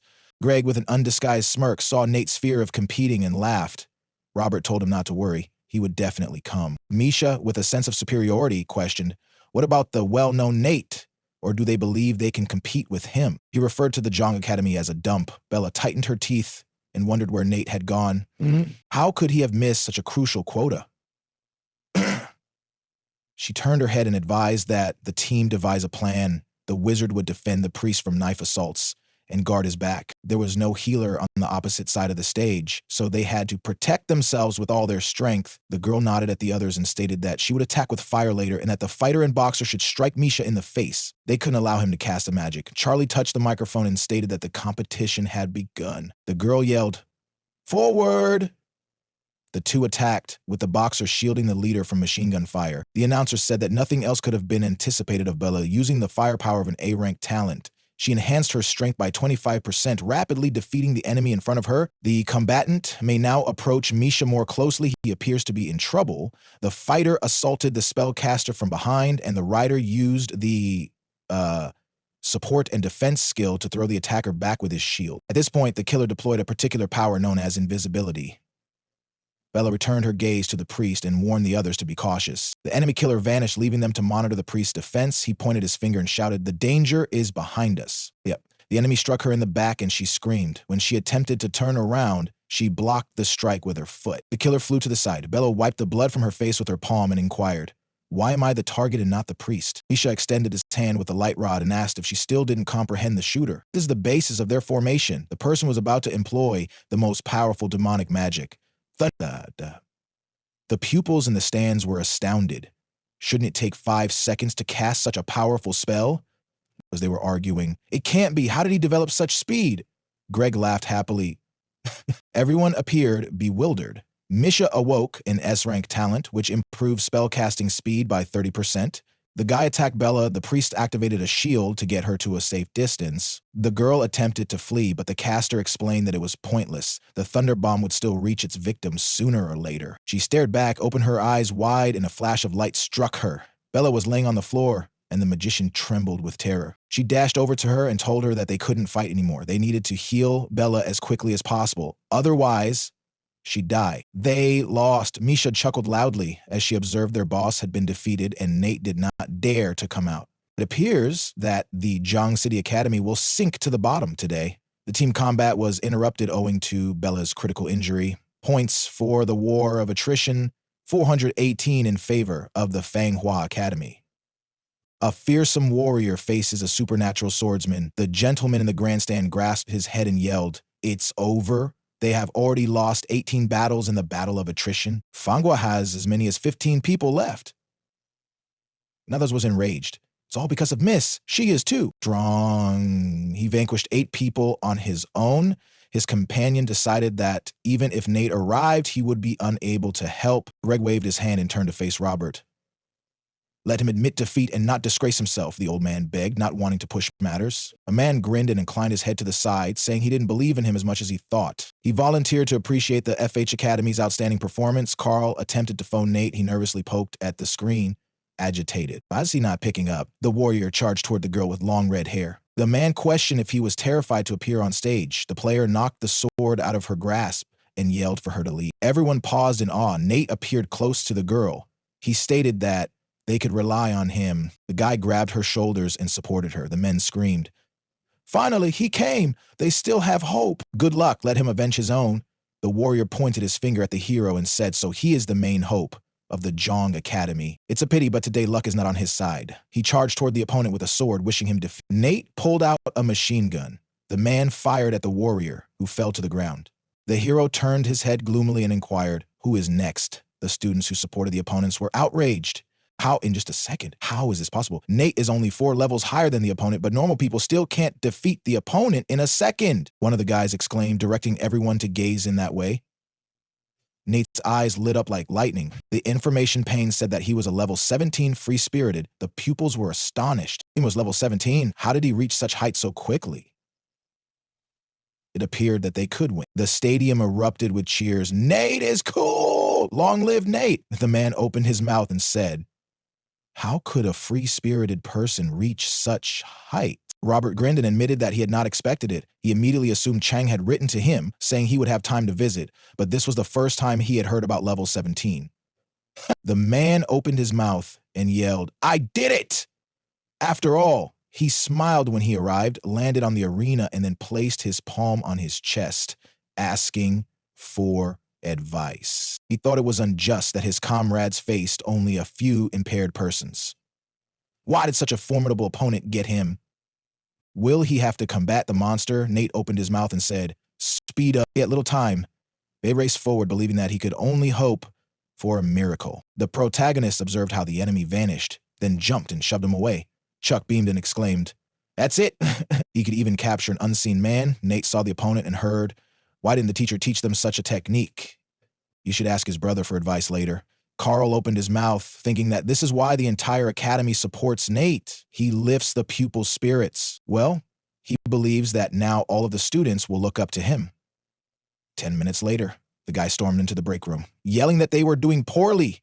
Misha opened his mouth and inquired whether he could see that he was resting. Why shout like that? The guy opened his mouth and shouted that Nate had arrived at the last minute. It took him only 15 minutes to equalize the score. Their trainees were about to collapse from a lack of strength. Man gritted his teeth and exclaimed, "It can't be!" The throng gazed around the arena and said, "It's unbelievable."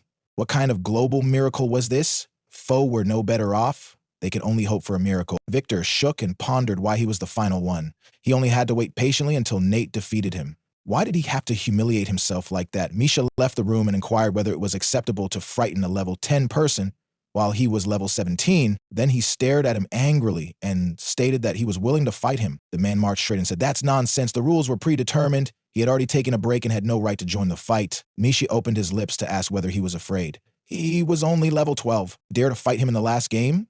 Nick glanced at him, thinking he was unlike the others. He just had the impression that the students at Manhwa Academy were not simple. Fortunately, this presented an excellent opportunity to confirm his guess. Then he opened his mouth and said, "In that case, let them attack." The audience opened their mouths and yelled that Manhwa Academy was a disgrace. Let Nate be careful. Misha's talent allows him to perform spells 30% faster. His sister had previously suffered at his hands. The man turned and realized he could refuse such a spectacle. Carl turned his head and heard the decision. Then he opened his mouth and declared that because both sides had agreed, Misha and Nate would face off in a double duel. Misha landed in the arena and stated that he only needed to land one hit. The rest was up to him. Carl raised his hand announcing that the combat had begun. Victor delivered a sharp punch. Nate dodged sharply, and then he delivered a powerful uppercut. Victor rose up and a dragon flew at him. Then he slumped to the ground. TOA smiled broadly and exclaimed, "Nate is great in a matter of seconds. The way of the free-spirited is not so bad. Long live Nate." Nate raised his staff and reloaded the gas bomb. Nate opened his eyes, thinking he had a problem. The blonde smiled and questioned if he saw it too late before releasing the projectile. The protagonist extended his hands and considered casting the spell that would conjure a thunder bomb.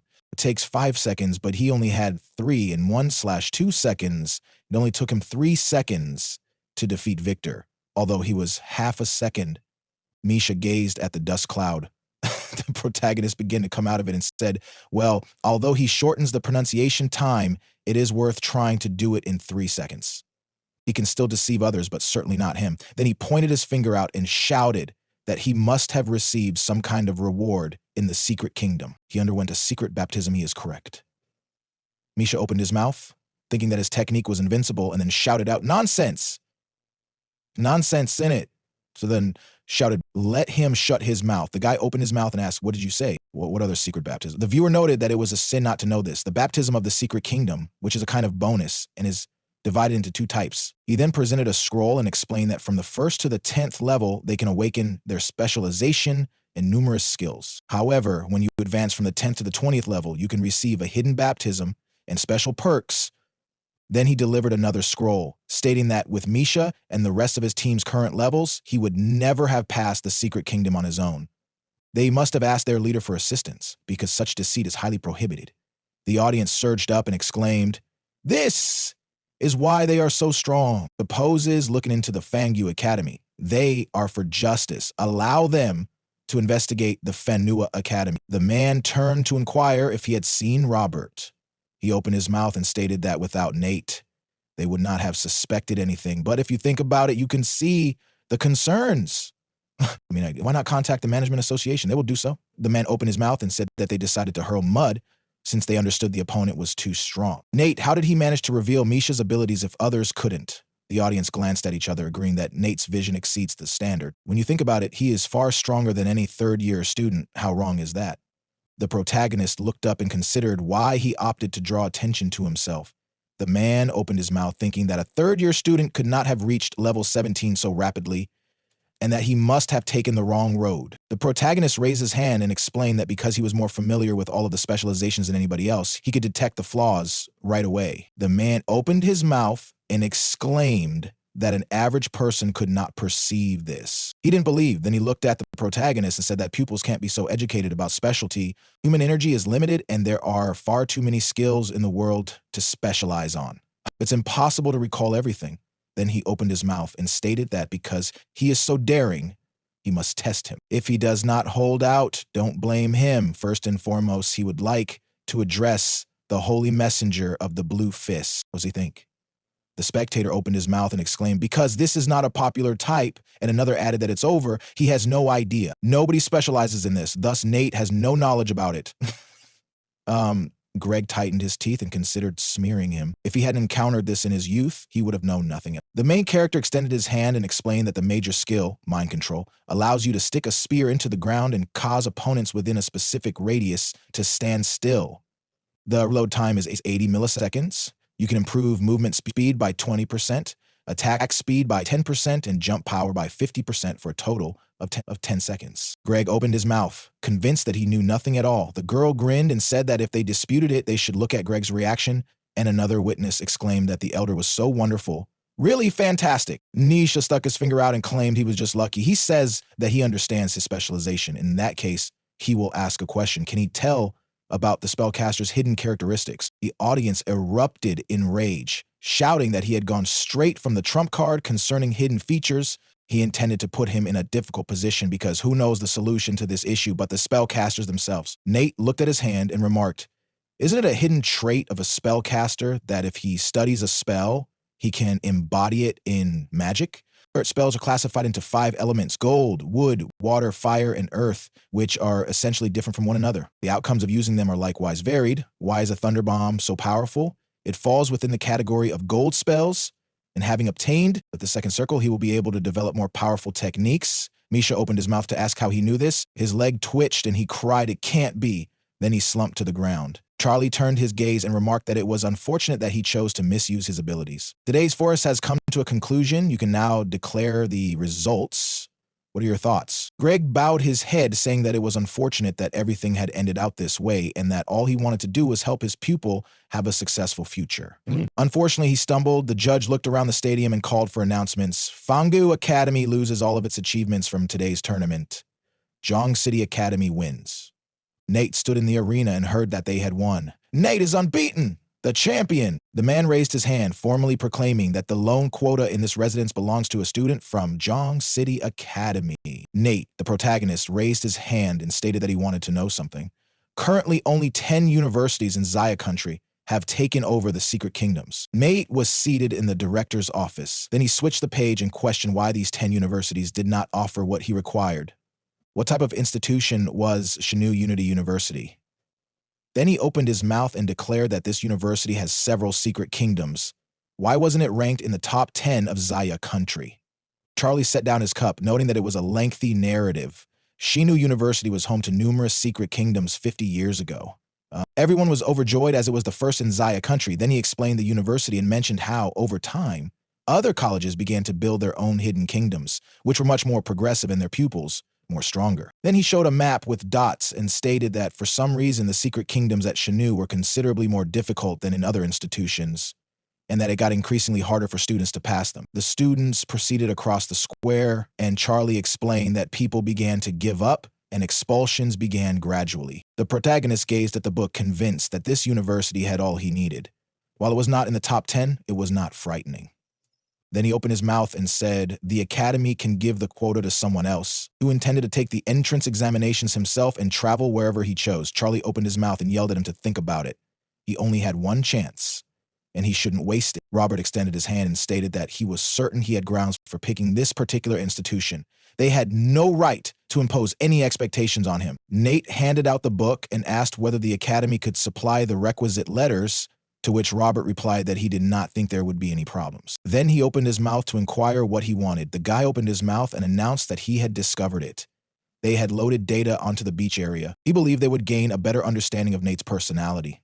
Let him have a peek. The guy flicked through his tablet, thinking that he couldn't conceive what kind of educational institution would choose to accept him, before staring at the protagonist's profile and adding that Zhong City Academy, 3rd year. It could not be. Furthermore, combat power reaches 1, 200, 0. The person opened his mouth and exclaimed that he was a monster. It's no surprise that at level 15, he was able to defeat 22 rare bosses and 21 individuals. The gentleman stated that he believed he will hand his success in the future. Xia country desperately needs such a brilliance. They should not overlook him. The man pointed to the screen and said, take a closer look. And Steven stated that this is an undiscovered level of battle power. So what is this? After that, he glanced at him surprised and questioned why he was with Nate. The guy spoke up and inquired whether anyone from Demon University was present. Steven approached the crowded reception area and people began to walk towards him, shouting that he had come to plead for help. Steven hunched down and heard that his son was one of the greatest, but he had plummeted to level 4 for no apparent reason. He believed Nate, the villain, was to fault for everything and asked for his data. Romeo grinned and explained that they hadn't seen one other in a long time. He felt he'd heard everything. This was a legitimate call requesting information about Nate.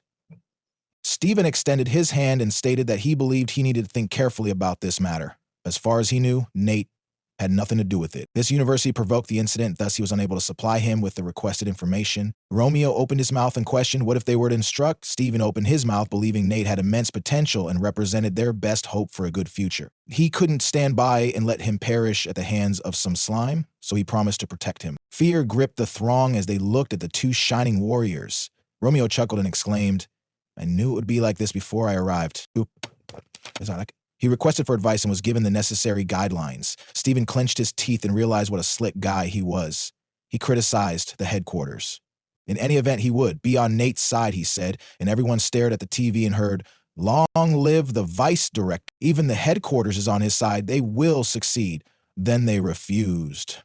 Romeo opened his eyes, thinking that his plea had been denied. It appeared like a serious patron was behind him. Stephen glanced straight ahead, wondering if the higher-ups didn't want the knowledge to spread, implying that he wasn't the only one who believed in Nate. Then he grinned and admitted that he was a bastard and not that simple. Well, he would work hard to assist him overcome all of the obstacles. The woman opened her mouth and stated that she respected her superiors. Her blank appeared to have caused some mischief on their own.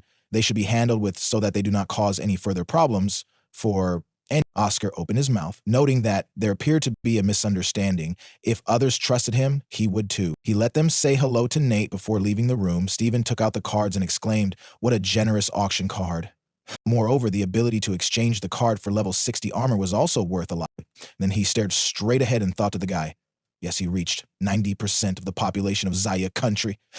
Let him not let him down or disappoint him.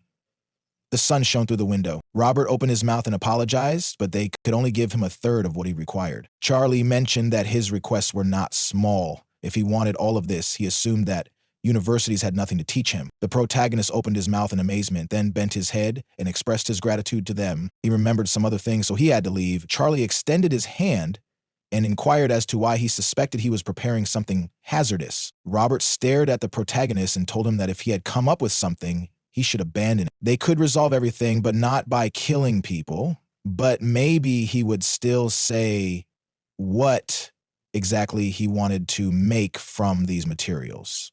The protagonist smiled and declared that he was going to manufacture the strongest weapon of all time. The director of Fanghua Academy announced that they had just received a message from the Education Bureau. Read it. Then he opened his mouth and announced that the City Education Department had determined that Fanghua Academy should return all honorary prizes obtained in the previous 3 years.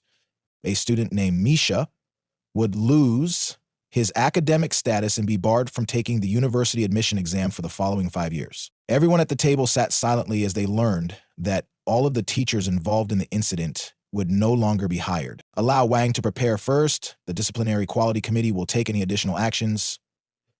Then they opened their mouths and declared that it was over. Such a punishment would inflict irreversible damage to the academy. The top pupils had been suspended and they would not succeed this year. They stated that other pupils were planning to transfer. Tony spoke out, stating that they had hit a rough patch. He was scared they would go back to the beginning. The man opened the door and said that he was asking for forgiveness. Things were bad. Shh, that student. Nate had arrived. The teacher stepped up and exclaimed that he was talking about that Zhang Academy pupil. Why hasn't he left? What kind of punishment is this? The man tightened his fists and stated that he would approach him to find out why he had come. Nate stared at the grass and noticed that it resembled the monster Nate, who was a lovely guy. If you looked closely, you'd notice he was powerful and handsome, the ideal guy. It'd be great if he could transfer to Zhang. Tony opened his mouth and stated that he was the director. He believed so. He came to make fun of them. The protagonist smiled and explained that he had come to start a struggle for the secret kingdom. The director opened his mouth and inquired whether he was making fun of him. The student decided to start a battle for the secret kingdom. The audience hunched over and said, "What kind of secret kingdom?" Why was the director so shocked? How stupid he was? A battle for the secret kingdom, a battle that would reveal who would own the secret kingdom. After that, the guy introduced the dark chains and added that, for example, if the secret kingdom was in the hands of their academy, they would have complete control over it. You may obtain numerous benefits from it, but those who did not join to the academy that held the kingdom would receive nothing, except that if someone breaks a record in the secret kingdom, he becomes the leader. If someone challenges for the secret kingdom, this is known as a war for its ownership. The man tightened his fist and exclaimed, "How could a blank of the 17th level even dare to challenge him. Let him go back to his academy. He's not welcome here. Nate smiled and questioned, are they really afraid of him? Is that why they don't dare to challenge him? Tony raised his hand, stating that they were not afraid of him. What bet? Well, what bet does he offer? The protagonist says, holding out his hand, stating that he need approximately 20 materials. If he wins, he will hand him 5 of them. Tony looked at the paper and wondered why the student needed these supplies. Does he really want to create something? Opened his mouth and questioned what if he loses. Nate laughed and stated that if he loses, he will do whatever is told. Tony turned and stated they agreed and asked to come here. A little moment later, the mob had gathered in front of the Secret Kingdom's entrance. Tony extended his hand and announced that their academy owns the Secret Kingdom's 4th level. When he passes 1 level in 3 attempts and establishes a new record, he is the winner right away. The protagonist gazed at the level selection screen. The man opened his mouth and said, thinking about where Nate would go, he must go to the easiest mine of the dead.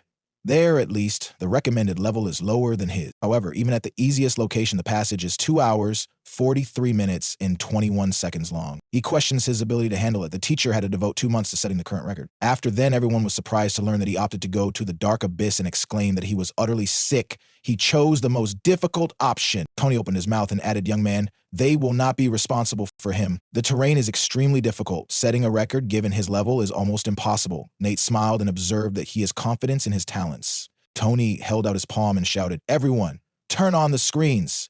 Everyone should watch Nate. The man ran and shouted, the morale is very strong. He will not break them. They must observe Nate's failure with their own eyes. Such encouragement will not harm them. Nate landed in the abyss. Then he looked around and started walking forward, remembering that in a previous existence, the dark abyss was similar to a labyrinth. Among the monsters, fishmen dominated. The protagonist glanced at the monsters, and they noticed him. Nate smiled, thinking it was time to go fishing. Then he struck, hitting each of them. The protagonist ran forward and pierced the beast. The pupils observed the protagonist and thought it was extremely cool that he would not have been able to deal with these beasts. He doesn't think Nate can. The protagonist dashed to the pond, then looked ahead and realized that this is the first challenge. If the whirlwind makes contact with the local qualities, they will be difficult to locate. Fortunately, he specializes as a freedom lover, so there will be no worries. After that, he stepped into the ocean. A second later, he dashed over the pond. The man looked at the screen in amazement and exclaimed, who is this Nate? It seemed too simple for him. The piranhas had been tormenting the teacher for a long time. Tony opened his mouth to ask how much time had elapsed. The teacher required 25 minutes to finish, and the man said 12 minutes had passed. Tony opened his mouth and shouted as the protagonist took a step forward, then peered at the sleeping monster. The lobster lord instantly awoke. Nate extended his hand, thinking that the boss's qualities were not the best. There would be no difficulties. The projectile struck the lobster's head. The protagonist stared at the enemy and stated that the lobster lord, Bala, attacks the enemy when he is in close range and begins to attack himself. The man pointed his finger and said that he was trapped and should not have attacked Bala on his own. The other one mentioned that although dealing more damage than his classmates, he lacks battle experience and does not believe he can thrive here. Then he remembered the guy who walked through the abyss and mentioned that it required more than one attempt for the teacher to achieve this degree of success. Bala employed the piranhas to assault the teacher. Although losing a lot of time and health points, he was able to pass the level without engaging in a direct battle. Tony peered at the screen and realized that if Bala died, the piranhas would go wild, putting the boy in danger. Anyway, he will see the legendary Nate being eaten by piranhas. The main character charged at the monster, then slid under it to execute a tremendous hit. Bala fell into the water, then twisted sharply, stood up, and exclaimed, water is my element. He thinks it can resist him. Here, Nate opened his mouth, noting that it all relied on whether he dared to dive beneath the sea. He then pierced the back of the lobster's head. The piranhas appeared on the surface, and Nate assumed they were drawn to Bala's blood. Now they'd start attacking. Omar began to twitch and exclaimed that it was quite unpleasant. The protagonist squeezed the orange liquid and then flung it away, and Omar yelled that he would not leave it that way. The protagonist leaned on the lobster's head before jumping back, turning his gaze and admitting that he was still a little underdeveloped. Nate rushed into the next hallway. Tony opened his mouth and heard, what the hell is this? How did he even think of this? Didn't the teacher's efforts seem in vain now? He stated that at first it appeared like he had no plan, but how incorrect they were. It was clearly a simple student. Where did he get this mindset? Even the teacher had to spend a long time on this section, and he was surprised to learn that he was still moved forward and he had chosen the correct cave. The man opened his mouth and muttered, "It couldn't be. The labyrinth was full of dead ends." The teacher had gone through it at least 20 times before remembering the path. The second one exclaimed that he believed he was very skilled at orienting himself in space. Perhaps he had been here before. Tony flew up and yelled for them to quit deceiving yourselves. The dark abyss had always been under their authority, but this was his first visit here. Didn't know. Was it really that difficult to recognize that others possessed greater abilities them? After that, he looked down and commented that it appeared that their academy's dungeon was about to fall into the hands of a high school blank. Pupils enjoyed watching the protagonist and commented on Nate's speed. It took him less than 2 hours to defeat the boss arc. Once he had passed the intermediate stage, he would be able to face the final boss. In any case, they would witness a new record, which no one would be able to beat. Nate unlocked the doors, noting that this appeared to be the final point. Then he looked at the altar and realized that if he remembered correctly, every time he lighted the brazier, 4 level 18 snakes would arise. As soon as all 4 braziers were ignited, the encounter with the ultimate boss began. With his current strength, there should be no issues. Then he gazed at the staff. Nate summoned a flame, expecting things to end swiftly. The 4 braziers caught fire. The students opened their tongues and proclaimed that Nate would deal with all of the creatures. Now he will definitely have a hard time. If he lights 4 braziers at the same time, about 16 level 18 monsters will immediately crawl out. If he passes everything, they will transfer to his academy tomorrow. The man opened his mouth and noted that it was obvious that he would have a very heavy load. And the second noted that doesn't he understand they would benefit solely from his downfall. Tony folded his arms and considered what he would do this time. Snakes appeared, surrounding the protagonist. Nate hunched and reduced the enemy's assault power while increasing his defense for 30 seconds, after which green lasers appeared from the protagonist. Then he jumped back. The protagonist took out a bomb launcher and shot, resulting in an explosion. The man opened his mouth and cried that his techniques were too extensive. His destruction can diminish attack while increasing defense, and napalm bombs aid in ignition. Then he pointed his finger to the screen.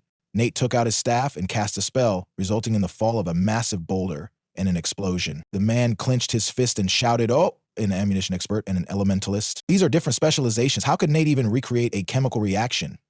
The second added that the specialization of a free-spirited individual appeared to be more complicated. Tony opened his mouth and exclaimed, "I am a genius. What a combination of techniques and movements." The Erfanu Academy lagged substantially behind. The braziers flared up and a massive snake appeared, shouting, "Who dared to summon him?"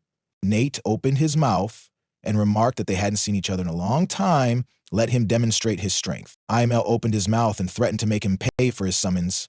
Nate dashed away from the poison, then severed one of the snake's tails, believing that it may regenerate. If he wants to avoid this, he should remove the other heads. The protagonist then dived directly into the monster's maw, piercing its head before clinging to another. His eyes lit up, and he considered using a hook to lift it up and then cutting off the heads. Nate landed and got a notification of a new record. The protagonist opened the notice by speaking. Then he smirked and said it was all he needed, and he took one step closer to the weapon. The blanks sprang out of their seats and exclaimed that Nate had broken the record, 1 hour, 56 minutes, and 32 seconds. Nearly twice as fast as the teacher. They predicted that no one will be able to break the record in the next 10 to 20 years. The gateway started to shine brightly. Tony opened his mouth and heard that everything was over. The dark abyss belonged to him. Only Nate stated that they believed their successes were invincible. They paid a great price for a decade of comfort. The protagonist emerged from the portal and noted that he had broken the record. It was time to keep his pledge. The director extended his hand, reassuring him that their Fu Academy would not break its pledge. He promised to have everything he desired within a week. The protagonist opened his mouth to say that he required 3 of their secret countries. Would they be willing to put them on the line? The men behind them opened their mouths and yelled that they had had their fill of thrill. If they continued to toy with him, they would be left without pants. Tony opened his mouth and exclaimed that they truly believed they were so weak. The rules state that they cannot reject a battle for the kingdom. Then he looked at the protagonist and said he had struck a deal. If he could take over all of their secret kingdoms, he would quadruple the amount of promised resources. He stretched his finger out and added one more condition. Fango Academy and Zhang Academy would merge together. Ralph gazed at the tablet before opening his mouth and revealing that Fanua Academy had lost all of its secret kingdoms. He simply took advantage of this and merged with Zhang Academy. The man opened the door and said that things were bad. Nate had approached them. Ralph inquired as to why they were making such a fuss about a trifle, to which the assistant said that he was prepared for his arrival. The director looked out the window and concluded that based on his performance at Fangu Academy, this Nate was not that straightforward. He assumed that he would likewise infiltrate their secret realm and that they would be unable to deny him. Then he grinned and said he could do anything but pass it. The main figure stood at the academy's entrance. Rocky pointed his finger and stated that he had reached level 22. He was a Kong master by specialized and wanted to battle him. Nate opened his mouth and questioned what he truly believed. Could he stop him? The man shook and asked, "What's going on? This teacher decided to duel a student? Is this okay?"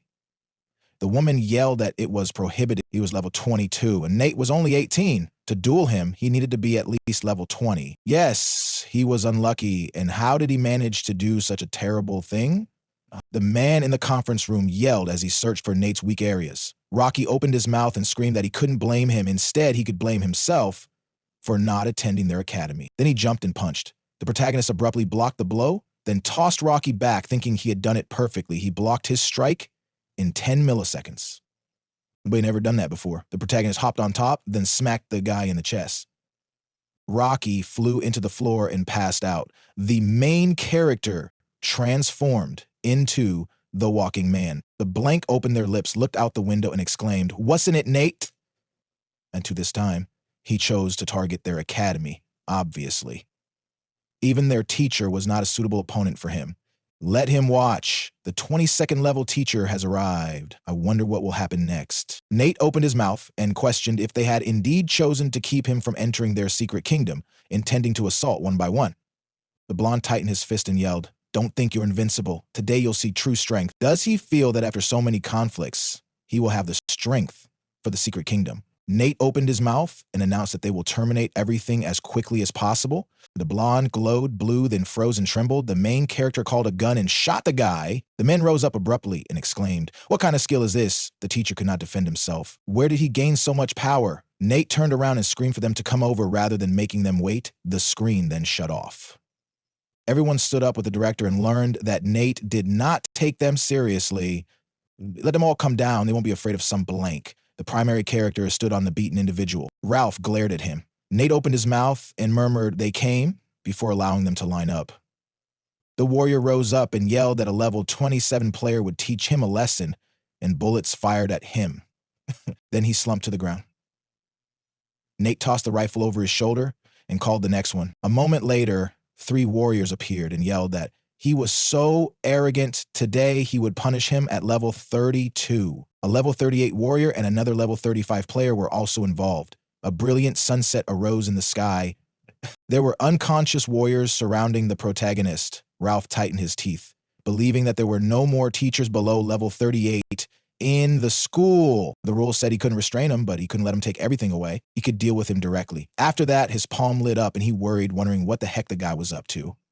Ralph sweated, convinced that if he did anything, he would lose his life. He couldn't interfere with him anymore, else his position as a director would be terminated. Then he smiled and mentioned that he had incredible abilities.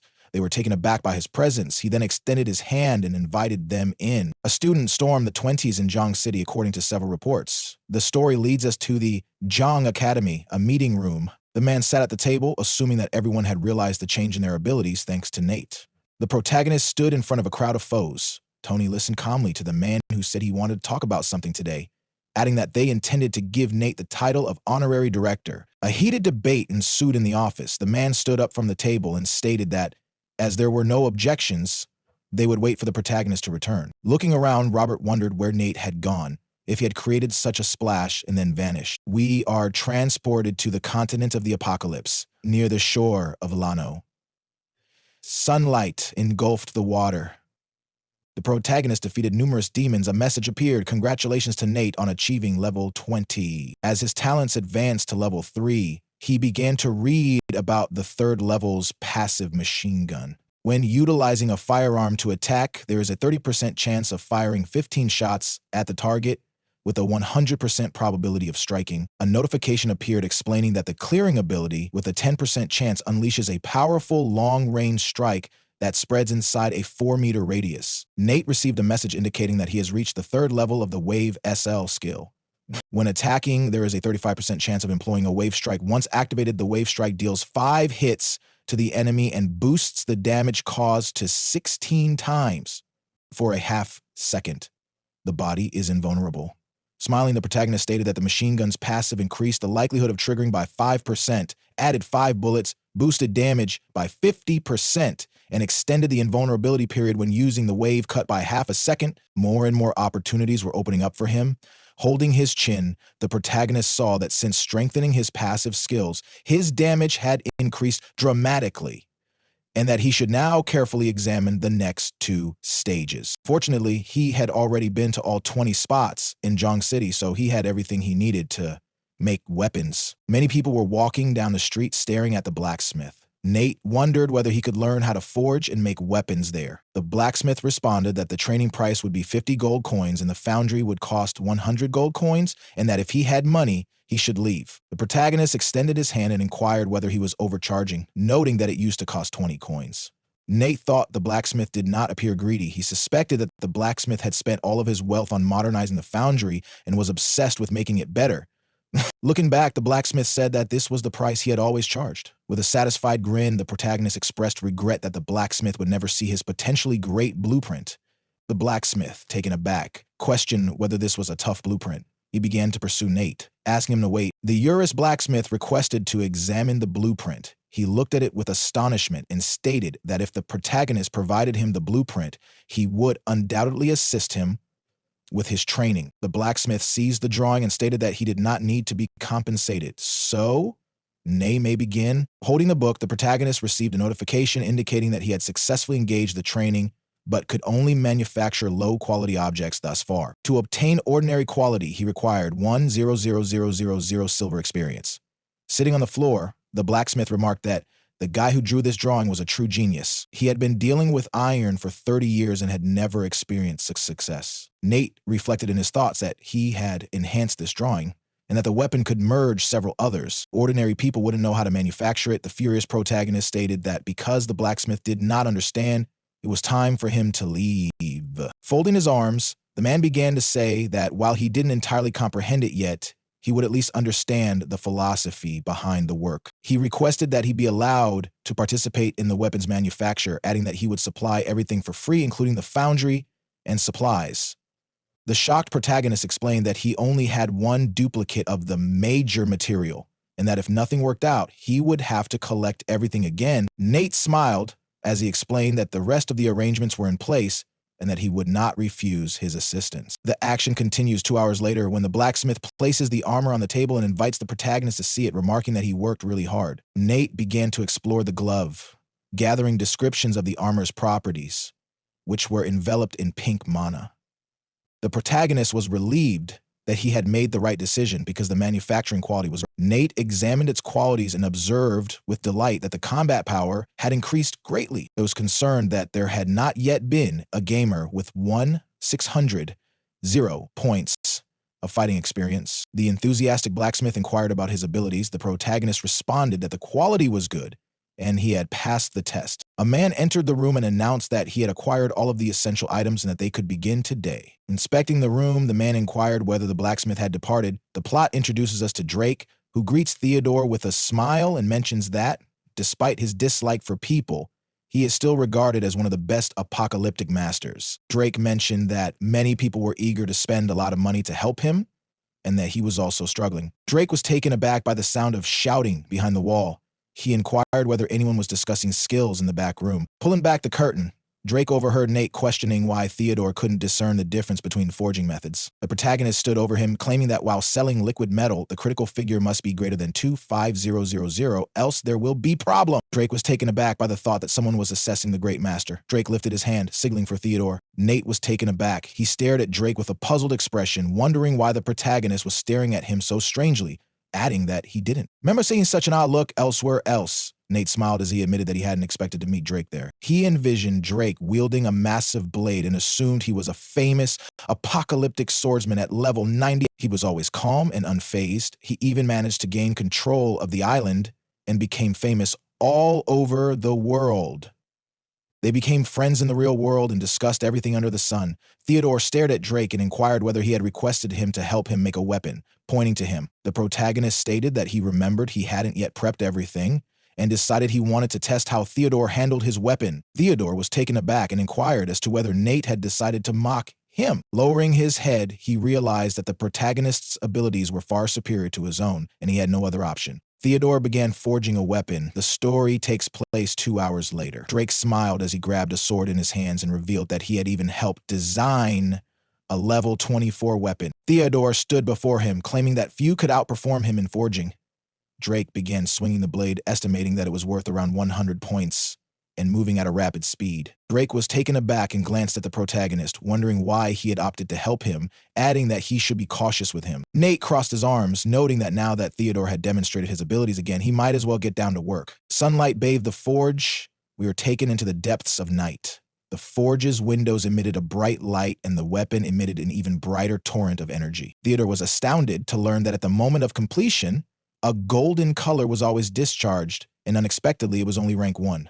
They inspected the umbrella-shaped spear. Nate evaluated the weapon's properties. The shocked protagonist hoisted the spear above his head, noting that the base damage was 25% higher than in his previous life, and musing that no one would believe a level 20 student would walk around with a weapon that dealt 150 units of B damage. Nate stated with a smile about switching to a machine gun. The spear started to morph. Theodore was taken aback and questioned if this was the weapon he had helped create, noting that the design was too elegant. The protagonist, holding the machine pistol, stated that he would morph into spear form. Nate seized the spear with both hands. Nate noticed notifications stating that he had gotten an S-class weapon and that no one would be able to avoid its attack because the present weapon was no longer active. All of its indicators were decreased to 50%. To unlock all of the indications, he needed to drop the boss's health bar to 25%. The plot transports us to a swampy area, a secret realm on the middle level. Many people stood in front of the pink doorway. People were talking about how there were many teams, one of which had 27th level individuals and another with 25th level.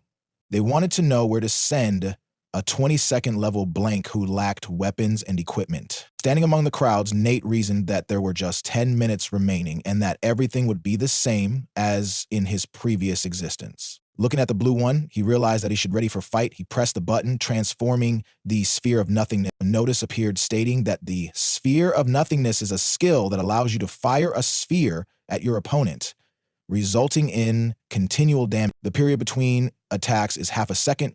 The sphere of nothingness possesses significant impact force and speed. Holding the sphere in his hands, the protagonist saw that it was not bad. After transforming the sphere into a passive skill, its qualities improved, and during the skill cooldown, he may use these 3/10 of a second to deliver more damage while using 2 or 3 other passive abilities. He clicked on the projection and stated that it was time for something else, and that he wasn't sure whether he could convert it. He received a notification regarding the skill Dazzling Pattern, which allowed him to recreate a 30-second attack on the enemy. Using this skill, he may improve his own physical and critical damage while also reducing the enemy's magic damage by 10%, as well as get access to 7 additional Dazzling Pattern qualities. A pink pattern developed behind the protagonist. He received a message congratulating him on acquiring a Dazzling Pattern directly from the darkness. During battle, he would have the opportunity to boost physical and critical damage, as well as damage from magical abilities. Nate, surprised, reasoned that he chose the Dazzling Pattern because it increased critical and physical damage while simultaneously benefiting the Sphere of Nothingness. He pondered who had suggested that this skill could be changed into a passive one, eliminating the requirement to activate other skills. He said with a strange expression that if he could alter more skills in the future, he would be unbeatable in combat. He wondered if he will be able to produce 5 Dazzling Patterns with a spear in the future. He overheard others mention with unhappy expressions that even at level 20, Nate arrived and everyone wanted a piece of it.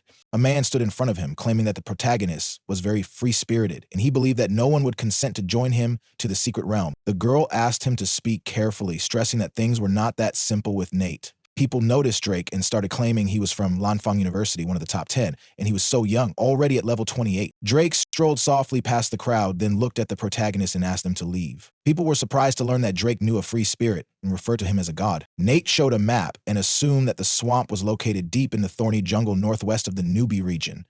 Unlike the school's secret realms, this world is significantly more tough. Another secret realm, the Highland, is located near the marsh and is designed for players who have reached level 40. An image of a boar appeared in the protagonist's mind, and he remembered that, according to legend, The formation of these two secret realms was linked to an ancient demon and god, Nuruk, an immortal giant boar covered in thorny vines who fought alongside his brothers to destroy the flaming leech. Nate described the monster conflict and stressed that his war with Manos, the Lord of the Abyss, spanned the entire apocalyptic continent. Despite his eventual death in battle, sharp spikes and countless more animals and plants emerged from his blood. Many boars' eyes blazed red. The protagonist observed that in the end, a number of wild boars gained enlightenment and became Nuruk's dedicated followers. They now eagerly await the day when Nuruk is revived, therefore they keep these areas under strict protection. Nate and Drake emerged from the portal, traveling into the wilderness. Drake stated there are two forks in the depths, with little bosses on either side. He can help get rid of the rioters, but he must not overlook his own safety.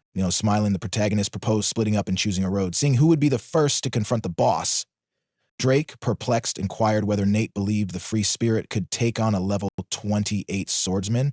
Drake inquired whether the protagonist was worried about suffering too much harm. No, the mobs there were similarly level 26 and were organized into groups of at least 4 creatures. Nate smirked and inquired whether Drake was afraid.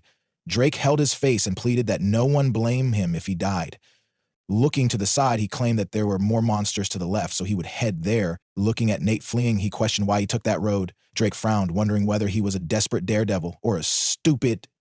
Drake moved quickly into the woodland and a throng of boars stood in front of him. He raced at them, smiling, noting that it would not be difficult. He killed all the boars with a single blow. He jumped into the air, holding the blade in his hands. Drake began a series of assaults against the monsters. He stated with seriousness that he had already traveled 2/3 of the distance in less than 10 minutes. The protagonist progressed quickly, rushing past a large herd of boars, his eyes glowing pink. Nate grabbed a spear and asked if he may test his new weapon on them. He converted his weapon to a machine gun. The protagonist started shooting the boars and they fell to the ground. Nate stared at the boar corpses and examined the machine gun. He stated that one shot fired approximately 50 bullets, causing damage of 170 units, and that his efforts had not been in vain. Drake severed the head of a massive creature, which tumbled to the ground.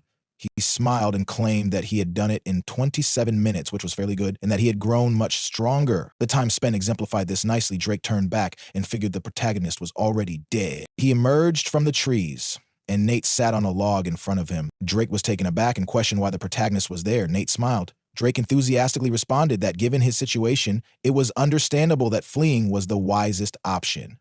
He started walking away and begged the protagonist to rest, saying he could count on him for the rest. As Drake traveled through the woodland, he pondered why there were no monsters in his path. Standing in front of a pile of corpses, he wondered why all the creatures were piled together. Running past the fallen beasts, he noticed that he had already counted approximately 7 corpses. Drake was taken aback by Nate's ability to cope with so many monsters at once, stating that even he couldn't.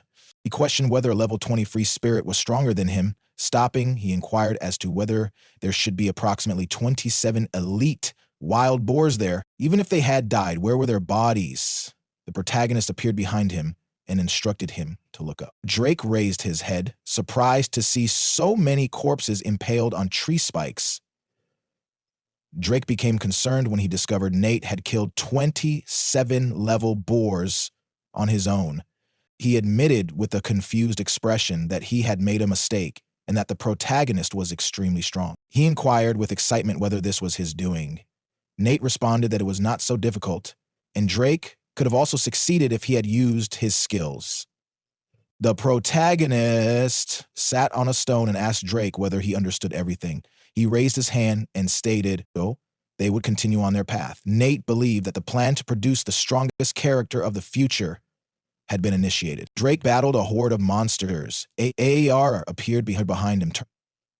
Turning around, discovered that the monster had dead. The protagonist was clutching a machine gun and watching him. Nate said that his assault speed was 0.2 of a second slower than his. The monsters lunged on Drake, but he swung his blade and defeated them. He thought that after seeing Nate's skills with his own eyes, he understood he was still a long way from him. And what was even more stunning was his cold-blooded attitude toward everything that was going on. Drake's body was covered in purple mana. He was stunned and realized that his talents were insufficient. The boar's attack knocked him back. Drake landed on the ground and struck his head. Smiling, the protagonist inquired whether this was truly the genius swordsman of the previous 13 years, and if he had decided to ridicule him through his act. Drake sighed and stated that the protagonist was too strong, having already killed one monster and its brother. It took a long time, yet he was still far away. Nate inquired, serious in tone, as to why he was still unable to reach the summit. Watching Drake fight, the protagonist remarked that as a warrior, he frequently neglected his injuries, something he should not do. Thinking that his health was unimportant, he continued to hit, disrupting his own rhythm. Drake was flying toward a massive beast. Nate underlined that his strike was based on accuracy rather than speed, which is why he didn't get the desired result.